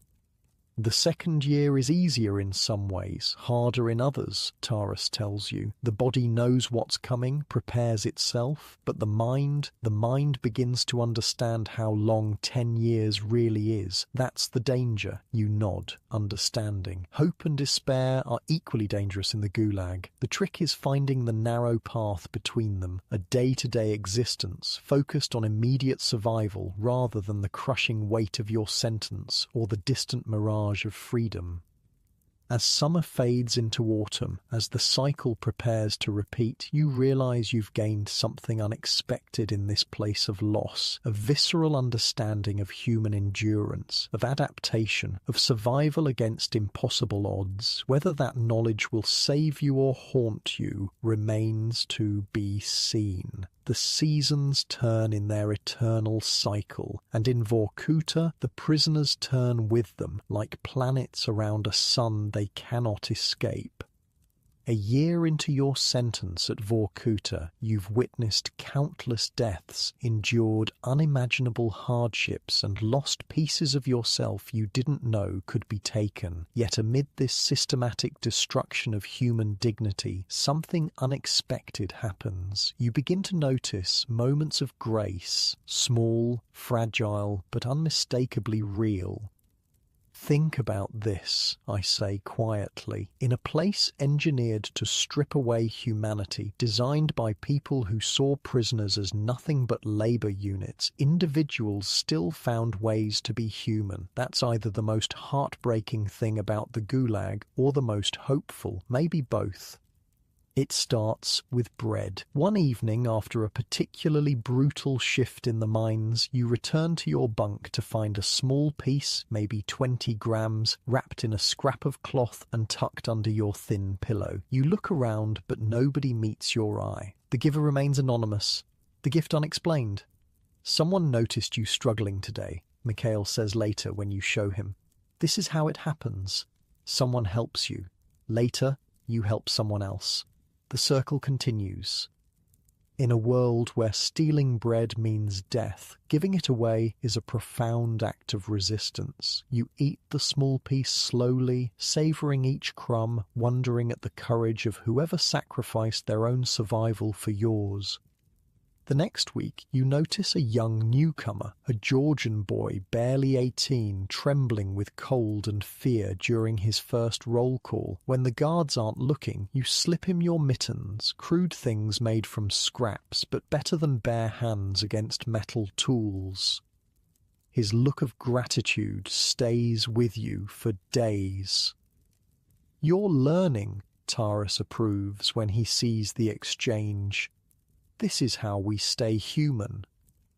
These small kindnesses happen everywhere once you begin looking for them. A prisoner with access to the kitchen sneaks potato peels to the weakest men. A barber offers free haircuts to new arrivals, helping them adjust to camp life. A former doctor treats wounds after hours, using primitive remedies made from boiled herbs and stolen bandages. The administration forbids helping others, Mikhail explains. They want us competing for scraps, fighting amongst ourselves. When we cooperate instead, we're defying the entire system. culture becomes another form of resistance. One night after dinner, a Ukrainian prisoner produces a balalaika fashioned from wood scraps, wire from the mines, and glue made from boiled fish bones. He plays folk songs from home, keeping the volume low enough that guards won't hear. Men gather around, momentarily transported beyond the barbed wire. "You play anything?" the Ukrainian asks, offering you the instrument. You shake your head. "But I know some poems, Pushkin mostly." "Recite one," someone urges. "We need words as much as music." And so you find yourself reciting poetry memorized in school years ago, your voice gaining strength as forgotten verses return. The men listen in perfect silence, hungry for beauty in a world of ugliness. "You know what shocked me about camp culture," I interject. "Its sophistication. These weren't just simple sing-alongs. Camps had underground orchestras, poetry recitals, philosophical debates, even theatrical performances. Starving men would trade bread for a chance to hear a Mozart piece played on a homemade violin. Education thrives despite official prohibition. A former university professor teaches calculus to interested prisoners using a stick to write equations in the snow. A linguist offers language lessons during meal breaks, helping men learn English or German in preparation for a future they may never see. Knowledge becomes treasure passed from mind to mind without physical trace. You find yourself teaching what you know, literature, history, bits of foreign language. Your students attend secret classes during brief rest periods or the few minutes before lights out. The guards either don't notice or choose to ignore these gatherings as harmless. "Teaching helps me remember who I was," you tell Mikhail one night, "before I became prisoner number 1731. "That's exactly why it matters," he replies. "The system wants you to forget. Remembering is rebellion." Art appears in unexpected places. A prisoner with access to coloured pencils creates tiny, intricate drawings on scraps of paper, trading them for extra bread or tobacco. Another carves figures from bits of coal, birds in flight, animals, scenes from happier times. These small creations pass from hand to hand, cherished like priceless artifacts. One day, you discover Pavel, the one-legged bootmaker, creating a masterpiece in his workshop. Using scraps of leather, thread, and boot blacking, he's fashioned a detailed map of Moscow, complete with tiny representations of famous buildings. "For my son," he explains when he catches you staring. "When I get out, I'll show him where I used to live, where I proposed to his mother, where I want to take him someday." The map could be considered contraband. Anything that might aid escape is forbidden. But Pavel's creation isn't about escape, it's about remembrance, about maintaining a connection to a world beyond Vorkuta. "I'll never tell anyone," you assure him. His smile is worth more than any bread ration.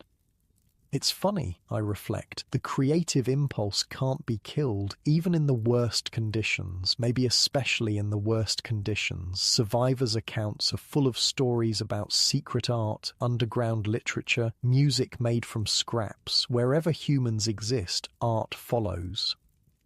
Romance survives even in this harsh environment. Though men and women are segregated in different camp sections, they find ways to communicate, to maintain connections, to nurture what the Soviets would call bourgeois sentimentality, but what everyone else recognizes as love.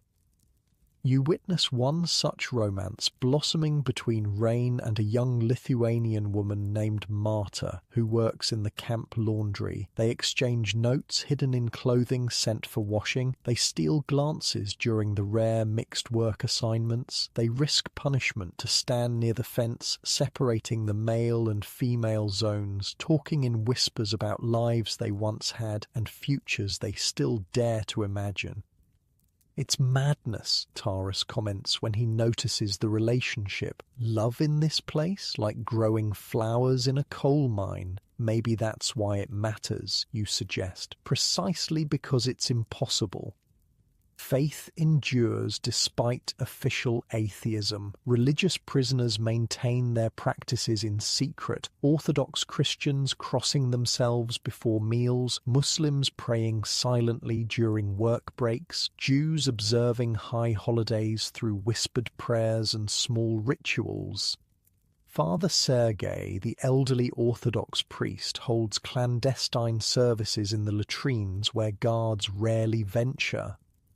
You attend one of these services out of curiosity rather than faith, standing among 24 men in the foul-smelling space, hearing ancient prayers spoken with quiet conviction. You find unexpected comfort, not in the religion itself perhaps, but in the unbreakable human spirit it represents. God sees us here, Father Sergei assures his congregation. Even in this place, perhaps especially in this place. Whether true or not, the belief itself seems to strengthen those who hold it. Men return to their bunks with straighter backs, steadier hands, eyes that hold something besides despair. Faith is complicated in the camps, I note. Some lost it completely, asking how God could allow such suffering. Others found deeper belief, insisting that spiritual freedom was the one thing the Soviets couldn't take. Either way, the questions mattered. Humour becomes a lifeline, perhaps the most surprising survival tool. Not light-hearted jokes or easy laughter, those died quickly in the cold. Instead, a darker, sharper wit emerges, a gallows humour that acknowledges horrors while refusing to be crushed by them. "Did you hear?" a miner asks during dinner. "They're reducing our workday to 14 hours. How generous," another replies. "That leaves a whole 10 hours for sleeping, eating, roll call, and dying." Men laugh softly, recognizing the bitter truth beneath the joke. Even the darkest humor reminds you that you're still thinking, still observing, still capable of seeing the absurdity in your situation. Hear about the new camp slogan? Mikhail whispers one evening. "Work to live, live to work, preferably neither for very long." The guards have their own unwitting contributions to camp humour. The political officer delivers monthly lectures on Soviet achievements and the glorious future awaiting the workers' paradise, all while addressing men being worked to death. The irony is so thick it's almost tangible. "Comrade Stalin sends his regards," Taurus deadpans after one such lecture. "He hopes we're enjoying our rehabilitation." Even in the mines, far from guard hearing, small jokes circulate. Men name particularly stubborn coal seams after Soviet officials. They create elaborate fictional biographies for the rats that scurry along tunnel floors. They hold mock socialist competitions to see who can look busy while doing absolutely nothing. Or laughter was medicine, I explain. Several survivors told me that the ability to laugh at their situation, even darkly, kept them sane. The moment you lost your sense of humour was often when hope began to die. Friendship deepens beyond mere survival alliances. Your small circle, Mikhail, Taras, Rain, and now Pavel, has become something like family. You share what little you have, watch each other's backs, provide the human connection necessary for survival.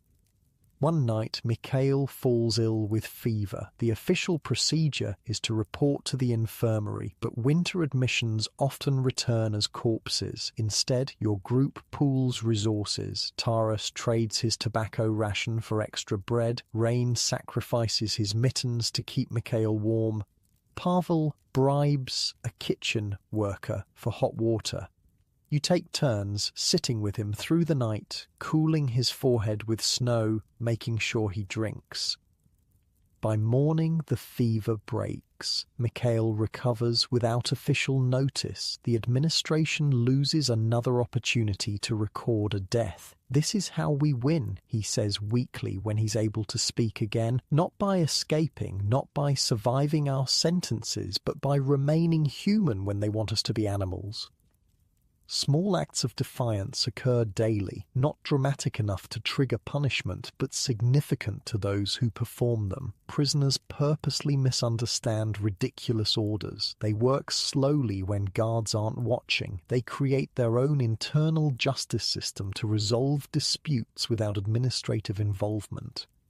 In the mines, your brigade develops subtle signals to warn each other of approaching foremen or particularly dangerous tunnel sections. You create efficient work methods that meet quota with minimum effort. Sharing these techniques with new prisoners, knowledge becomes power, however limited. I spent decades studying these tiny resistances I mention. They weren't organized rebellion. That would have been suicide. They were almost instinctive, like antibodies fighting disease. Small, continuous actions that maintained dignity when everything else was stripped away. Surprisingly, beauty persists even in Vorkuta's bleakness, the northern lights dancing across winter skies, the perfect silence of fresh snow before dawn roll call, the delicate ice crystals forming on barracks windows. Prisoners pause, despite themselves, to witness these moments. Guards sometimes do too, temporary unity and appreciation of what lies beyond human cruelty. One morning in early spring, work stops spontaneously when the first birds return from southern migration. Men stand motionless, tools temporarily forgotten, watching wild creatures that represent a freedom they can only imagine. Guards allow this brief pause before shouting everyone back to work. "I saw a swan," Rain whispers that night, voice filled with wonder, pure white against the sky. I'd forgotten such things existed. Memory becomes both torment and comfort. Prisoners share stories of their past lives, meals they enjoyed, cities they visited, women they loved, children they raised. These recollections are precious, maintaining connections to identities beyond prisoner or Zek.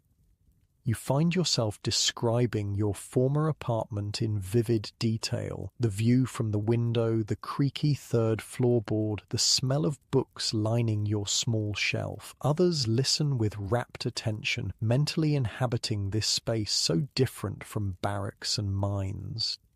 In turn, you journey to Taras's Ukrainian village, walk the streets of Rain's Estonian coastal town, visit Mikhail's university office with its perpetually disorganized desk. These imaginary travels sustain you all, reminders that the world continues beyond Vorkuta's wire. The act of remembering became political, I observe. The system wanted prisoners to believe the camp was the only reality, keeping memories alive of freedom, of dignity, of normal life that was resistance. Language evolves within the camp, another form of connection and resistance. Prisoners develop their own vocabulary, incomprehensible to outsiders. They create nicknames for guards, euphemisms for death, codes to warn of danger. This shared lexicon builds community while excluding those who control their lives.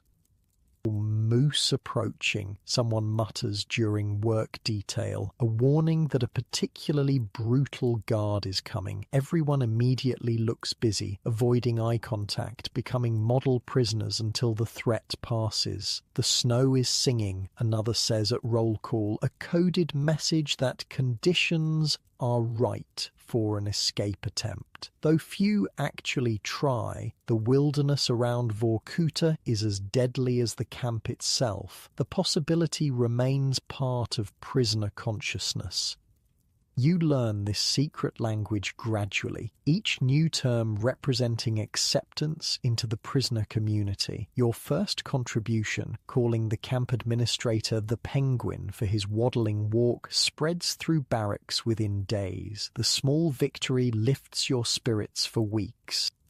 Camp language was fascinating, I note. It mixed criminal slang, political terminology, regional expressions, and completely new words born from the Gulag experience. Some terms entered mainstream Russian after Stalin's death, a linguistic ghost of the camp system.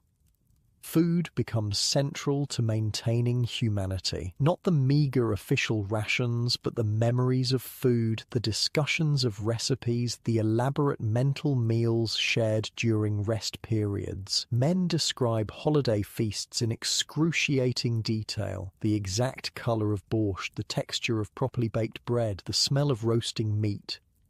Your contribution to these imaginary banquets is your grandmother's honey cake, 3 layers of sponge soaked in sweet syrup topped with crushed walnuts and cinnamon. You describe the process step by step, ingredient by ingredient, while men close their eyes and almost taste it. "I'll make it for you all when we get out," you promise, allowing yourself rare optimism. "I'll hold you to that," Taras says, equally willing to pretend release is inevitable rather than unlikely. Actual food sharing represents the deepest trust. When Rain receives a rare package from home containing dried fish, he divides it equally among your circle, despite his own hunger. When Mikhail manages to steal an onion from the kitchen, a treasure worth fighting over, he shares it without hesitation.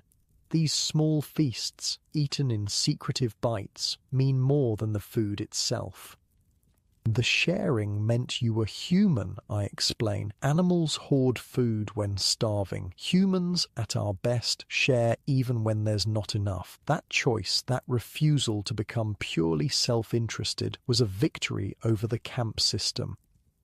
Names matter enormously. The administration uses only prisoner numbers, a deliberate dehumanization technique. Fellow prisoners insist on real names, sometimes formal titles from previous lives. Professor, doctor, engineer, reminders of identities beyond captivity. You notice how carefully new arrivals are asked their names, how these are remembered and used even by prisoners who forget more immediate details. To name someone is to recognize their humanity. To be named is to exist as more than a number. "What did they call you before?" a newcomer asks during his first meal. "Alexander Ivanovich," you reply, suddenly emotional at hearing your patronymic after so long. "Literature teacher." He nods with surprising formality. "I am pleased to meet you, Alexander Ivanovich. I am Dmitry Sergeyevich, formerly a railway engineer from Leningrad." This small exchange of identities feels like defiance, though no rule has technically been broken. "Names were powerful," I remark. "There's a reason the system wanted to replace them with numbers." Several survivors mentioned that hearing their full name spoken was like being briefly freed, like someone recognizing the person beneath the prisoner uniform.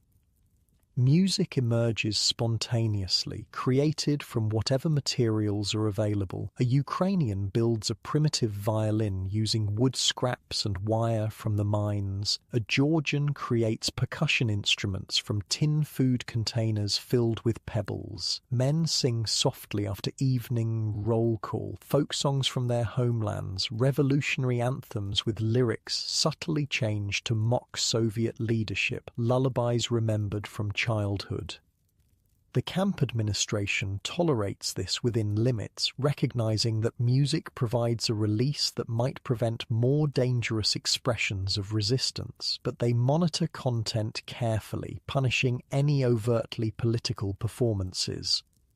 You contribute a few Russian folk songs learned in school, your voice rusty from disuse but growing stronger with practice. The familiar melodies connect you to a cultural heritage that exists beyond political imprisonment, beyond the arbitrary borders of Soviet republics.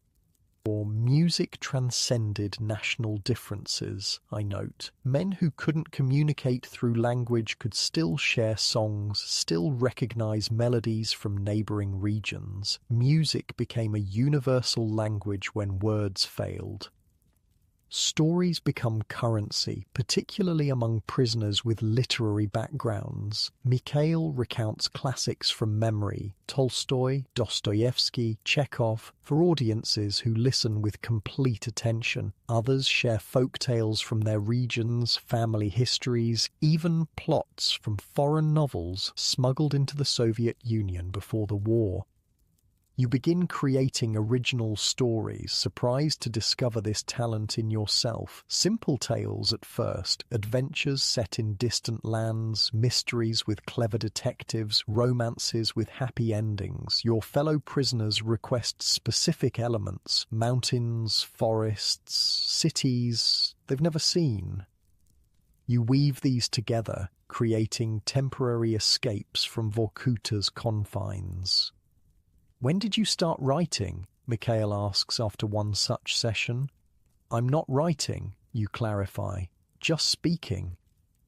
"It's writing without paper," he insists. "You should remember these stories for when we're free. They're good, Alexander. They matter. The idea that anything created in Vorkuta might have value beyond immediate distraction seems absurd, yet you find yourself mentally recording your stories, refining them, imagining them existing outside this place. Many Gulag survivors became writers after release, I mention. Solzhenitsyn is the most famous, but there were dozens of others. They developed their craft in the camps, telling stories to fellow prisoners, mentally composing when physical writing was impossible. The camps tried to silence voices, but ended up creating powerful ones instead. The final, most profound form of humanity you witness emerges from the most unlikely source, the dying. Men who know their end is near often show remarkable grace, concern for others, even forgiveness toward their captors. An old Estonian prisoner, wasting away from tuberculosis, spends his final days teaching young men his native folk songs, insisting this cultural knowledge must continue. A former Moscow professor distributes his few possessions thoughtfully, his extra socks to a young newcomer, his prized metal cup to a friend who shared his bread, his secret stash of tea leaves to the barracks elder who protected him from bullying. Most moving is the death of an elderly Ukrainian farmer who calls your small circle to his bunk one evening. "I'm going soon," he says matter-of-factly. "Tonight, probably, I want witnesses." He proceeds to recite names, dozens of them, people from his village who died during the forced collectivization famine, neighbors arrested during the purges, fellow prisoners who perished in Vorkuta. Each name is spoken clearly, deliberately, a final testament to lives the Soviet system tried to erase.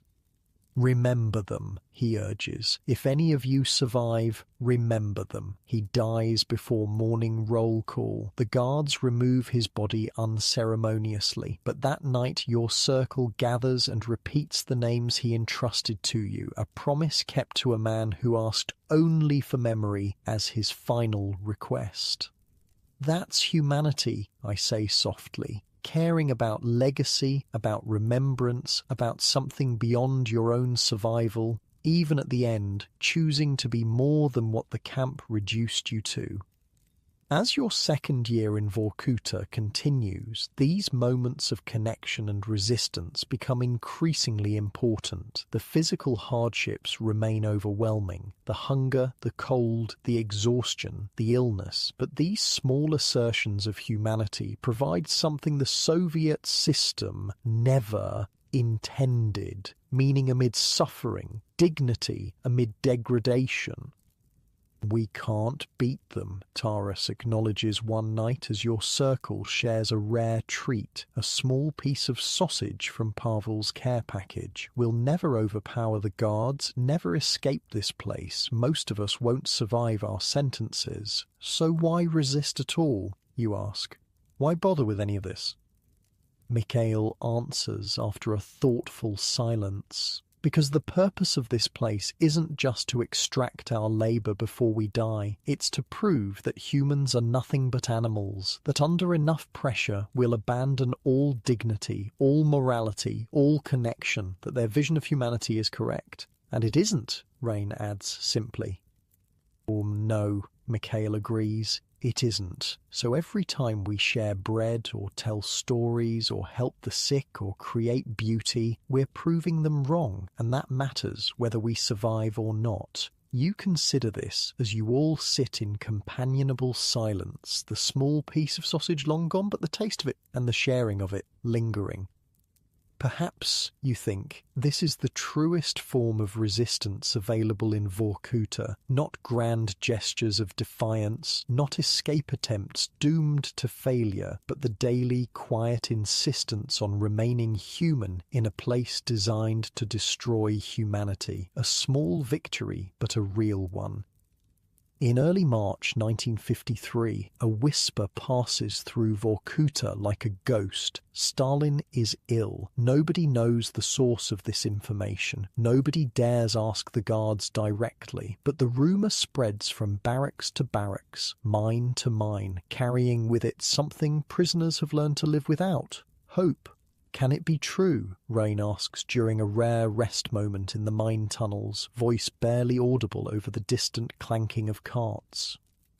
Don't, Taurus warns, glancing around for informers. Don't even think it, but everyone is thinking it. The possibility of Stalin's death hangs in the air, unspoken but omnipresent. For most prisoners, Stalin is not just a man, but the embodiment of the system that imprisoned them. His death would mean what? Nobody knows exactly, but change seems inevitable. This period was fascinating, I explained quietly. The prisoners had better information networks than you'd imagine. Somehow, news of Stalin's illness reached Vorkuta almost as soon as it happened, passing through this elaborate underground grapevine. On March 5th, the official announcement comes. The camp administrators gather all prisoners in the central yard. The political officer reads a statement in a flat voice. Joseph Stalin, leader of the Soviet people, has died. A moment of silence is ordered. You stand in formation, head bowed, thoughts racing. Around you, men maintain carefully blank expressions. To show grief would be hypocrisy. To show joy would be suicide. But beneath this manufactured stillness, you sense a current of electricity running through the assembled prisoners, a collective intake of breath, a shift in possibility. That night, the barracks buzz with whispered conversations. What will happen now? Will there be amnesty, changes in the camp system, a new direction for the Soviet Union itself? It's too early to hope, Mikhail cautions. Stalin is dead, but the system remains. Whoever takes control next might be just as brutal.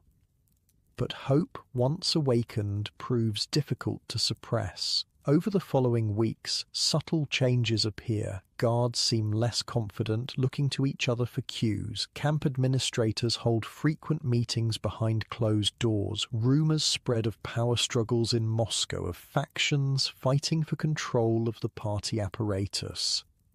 When dictators die, there's always a period of uncertainty, I note. The whole system depends on one person's will. Remove that person, and suddenly everyone's scrambling to figure out what happens next.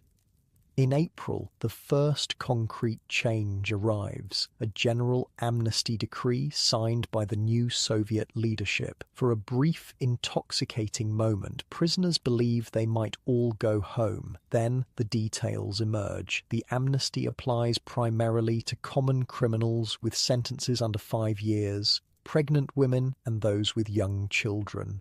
Political prisoners, those convicted under Article 58 for counter-revolutionary activities, are explicitly excluded.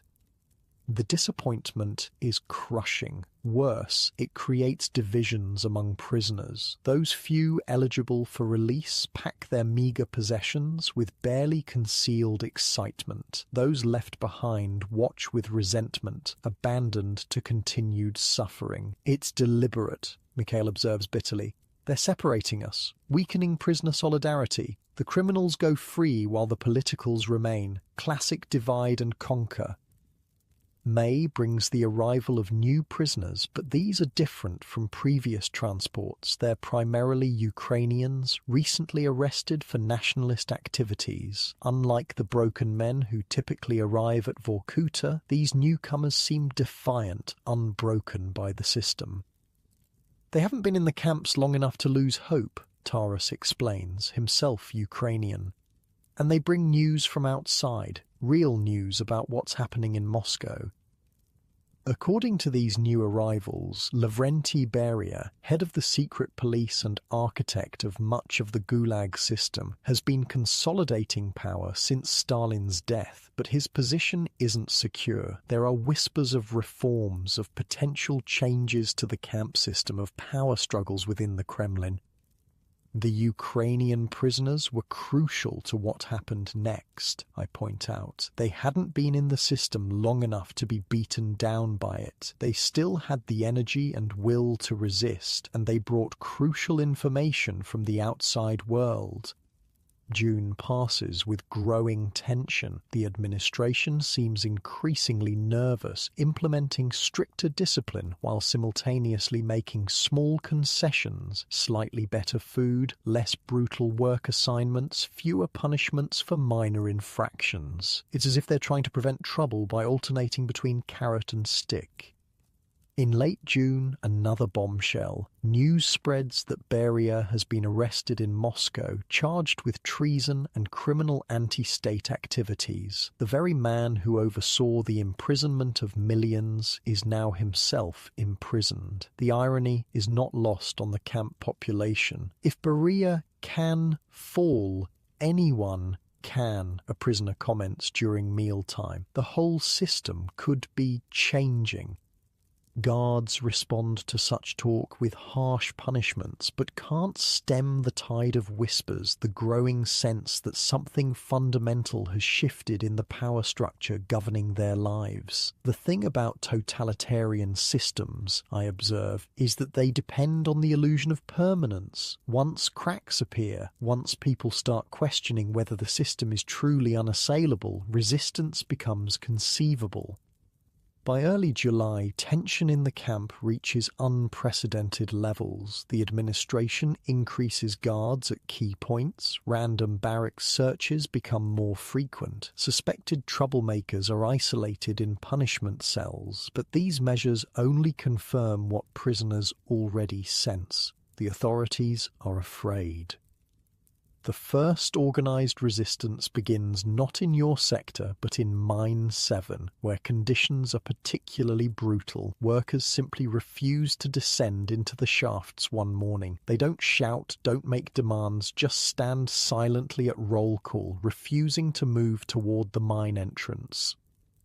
The guards are initially baffled by this passive resistance. They shout, threaten punishment, finally bring in the camp administrator. Negotiations begin. By afternoon, the Mine 7 prisoners return to work, but only after receiving promises of reduced quotas and better food. It worked, spreads through the camp that evening. They actually listened. The success, however small, ignites something. If concessions could be won through peaceful resistance at Mine 7, why not elsewhere? Discussions begin in hushed tones throughout the camp, careful, tentative, but with growing purpose.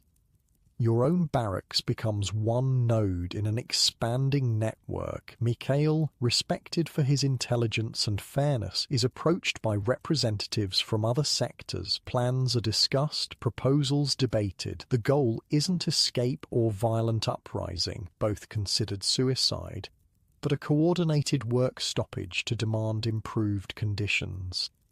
The most amazing thing about the Vorkuta uprising, I explain, was how organized it was. In a place where prisoners were kept deliberately isolated, where informants were everywhere, they still managed to coordinate across different mines and camp sectors. It was an extraordinary feat.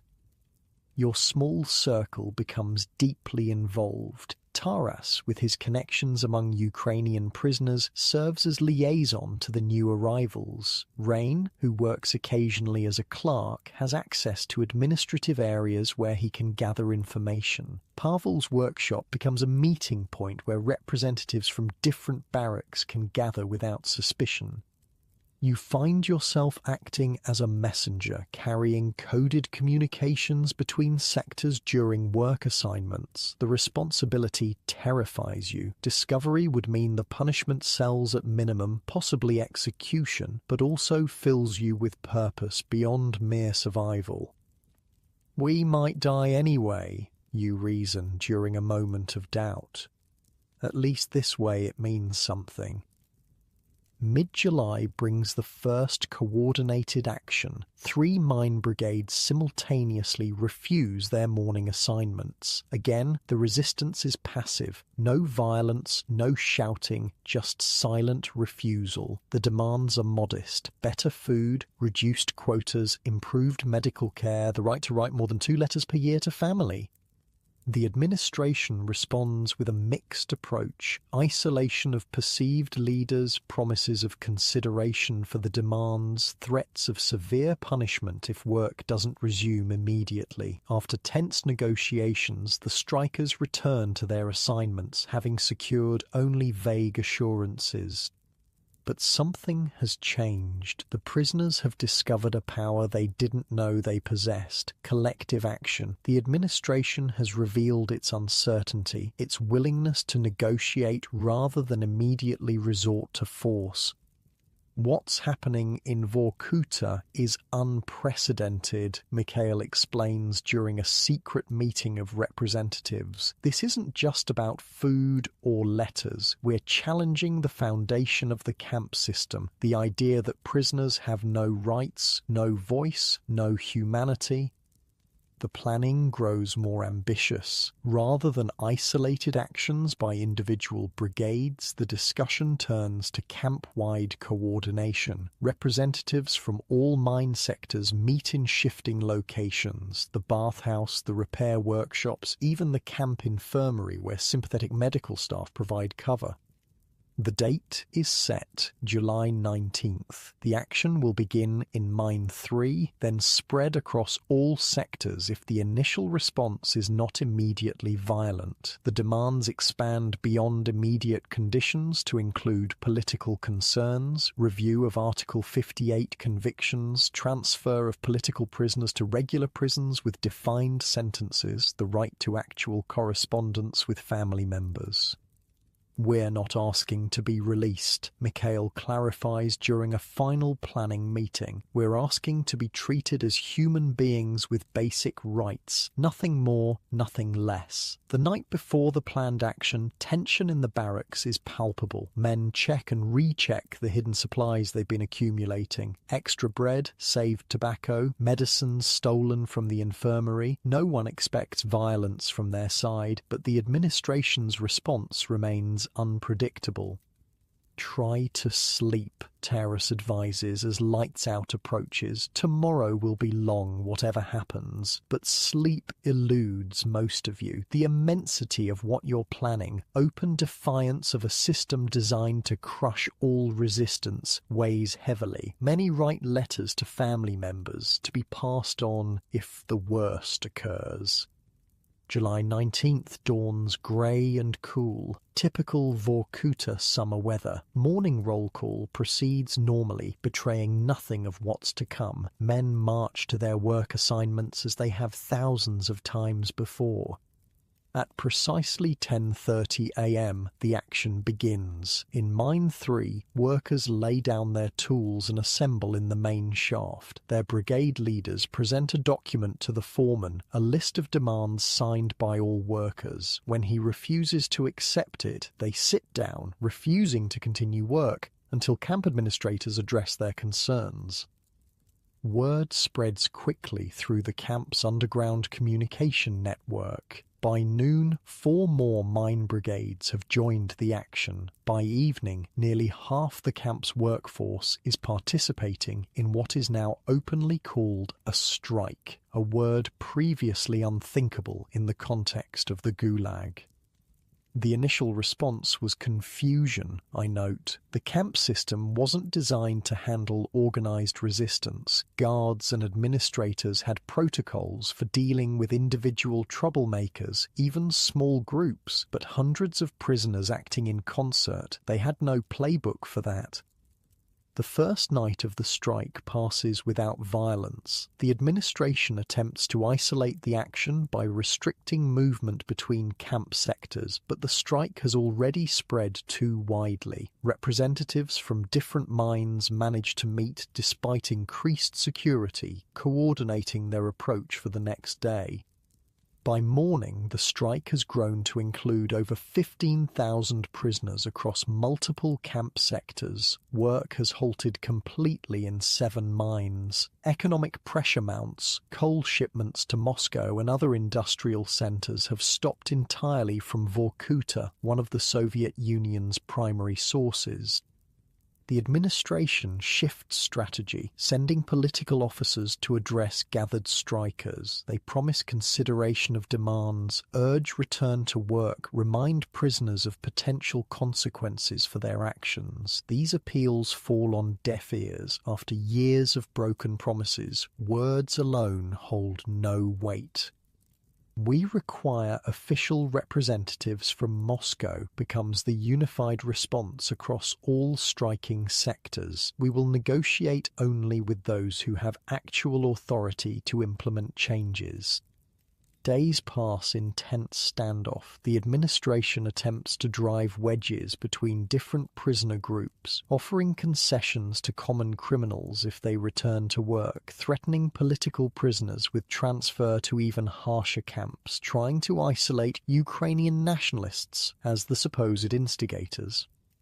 These tactics achieve limited success. Some prisoners do return to work, but the core of the strike remains solid. The sense of solidarity transcends national, religious, and criminal political divisions. For perhaps the first time in Vorkuta's history, prisoners act as a unified force.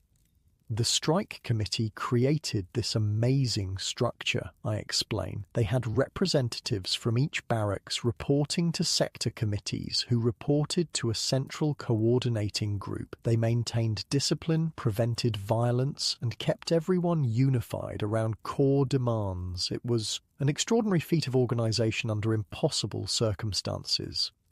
Your own role continues as messenger between sectors. You witness firsthand the growing confidence among strikers, the increasing nervousness of guards, the frantic meetings of camp administrators. Something truly unprecedented is happening, and no one on either side knows how it will end. A week into the strike, Moscow finally responds. Officials arrive by plane, escorted directly to the camp administration building. Negotiations begin with selected prisoner representatives, older, respected men chosen for their ability to articulate demands clearly and maintain calm. The central demand has evolved into something more fundamental than better conditions. Political prisoners want recognition as prisoners of conscience rather than criminals, with all the rights that distinction implies under Soviet law. "We are not asking for freedom," one representative explains to the Moscow delegation. "We are asking for justice within your own system." The negotiations continue for days, with information filtering back to the general population through the strike committee's communication network. Small concessions are offered: improved food, more liberal correspondence rights, reduced work quotas. But on the central demand, the political status of prisoners, Moscow remains unmoved. The system couldn't grant that core demand, I note. Acknowledging political prisoners as anything other than criminals would undermine the entire ideological foundation of the Gulag. It would mean admitting the Soviet state imprisoned people for their thoughts, not their actions. As negotiations stall, tension rises. Guards receive reinforcements from military units stationed near Vorkuta. Rumors spread of deadlines, ultimatums, possible forcible suppression of the strike. Yet prisoners maintain their peaceful resistance, understanding that violence would provide the perfect excuse for massacre. "We've come too far to turn back," Mikhail tells your barracks one evening, returning from a meeting with the strike committee. "But we've also come too far to throw away our lives needlessly. Whatever happens, remember we've accomplished something extraordinary just by standing together." 2 weeks into the strike, on August 1st, the administration's patience finally ends. Military units surround Mine 29, where the most determined strikers have gathered. An ultimatum is delivered: return to work immediately or face consequences. The strikers refuse. They link arms, forming a human chain around the mine entrance. They sing nationalist songs, religious hymns, revolutionary anthems. They stand, unarmed, as armed soldiers take positions around them. What happens next will be disputed for decades, witnesses giving conflicting accounts. Some say a prisoner made a threatening move. Others claim the soldiers fired without provocation. All agree on the outcome. Automatic weapons opened fire on the unarmed strikers. The sound of gunfire echoes across the camp. From your position near Mine 7, you can't see what's happening, but the sudden silence following the shots tells its own story. By evening, word spreads of the casualties. Dozens dead, perhaps 60 or more, with hundreds wounded. The exact numbers will never be confirmed. Bodies are removed quickly, buried in unmarked graves beyond the camp perimeter. The wounded receive minimal treatment, many dying of their injuries in the following days. The massacre breaks the strike. Faced with the administration's willingness to use lethal force, most prisoners return to work over the next 48 hours. The remaining holdouts are transferred to punishment cells or shipped to other camps. By August 3rd, Vorkuta's mines are operational again, though working at reduced capacity. In the official Soviet records, the Vorkuta uprising barely existed, I say softly. They called it labor discipline issues or temporary work stoppages. The deaths went unrecorded. It wasn't until decades later that survivors could tell what really happened. The aftermath brings both repression and reform. Strike leaders who can be identified disappear into punishment cells or distant camps, but some demands are quietly implemented. Slightly better food, more correspondence rights, reduced quotas, even limited camp visits for some prisoners' families. They had to give something, Taras observes bitterly. Otherwise, it would happen again. Your small circle survives the crackdown intact, having been careful to remain useful messengers rather than visible leaders. But the experience changes you all. There's a new understanding of both possibility and limitation, of what can be achieved through solidarity, and what price will be paid for pushing too far. "We didn't win," Mikhail acknowledges during a rare private conversation. "But we weren't defeated either. We proved something to ourselves, to the administration, maybe even to Moscow. What did we prove, you ask? That we're still human, that no matter what they do to us, they can't take that away. Not completely." The weeks following the strike bring subtle shifts. Guards seem slightly less arbitrary in their punishments. Food improves marginally. The administration demonstrates a new awareness that prisoners aren't simply passive victims, but potential actors with their own agency. The uprising wasn't a failure, I explain. It was part of a process that eventually led to the dismantling of the entire Gulag system. Not immediately, not completely, but the cracks had appeared. The myth of absolute control was broken. For you personally, the strike marks a transition. You're no longer just surviving Vorkuta, you're bearing witness. The stories you tell in evening barracks, once simple distractions, now include accounts of resistance, of solidarity, of human dignity maintained against impossible odds.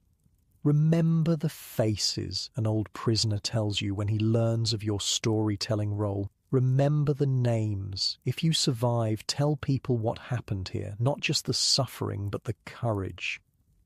You promise him you will, and in making that promise, you find something unexpected, a purpose beyond endurance, a reason to continue that transcends mere survival. Summer fades toward autumn, work continues in the mines, the daily struggle against cold, hunger, and exhaustion resumes its familiar rhythm. But something has changed, not in the physical reality of Vorkuta, but in the consciousness of those imprisoned there. The possibility of resistance, once demonstrated, cannot be unlearned. The experience of solidarity, however briefly achieved, remains a touchstone. The knowledge that prisoners are not simply isolated victims, but a potential community with shared interests lingers beneath the surface of daily interactions.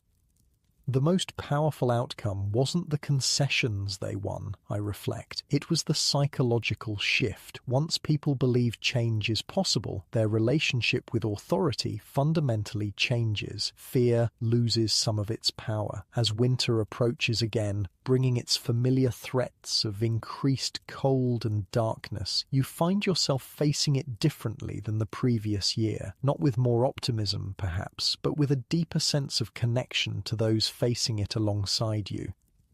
The strike has revealed Vorkuta not just as a place of isolation and suffering, but as a community capable of collective action, of solidarity in the face of oppression. That knowledge doesn't make the cold any less bitter or the labor any less grueling, but it provides a context beyond individual survival. You are part of something, however brutal the conditions, however uncertain the future. That belonging offers a kind of strength unavailable to the isolated prisoner.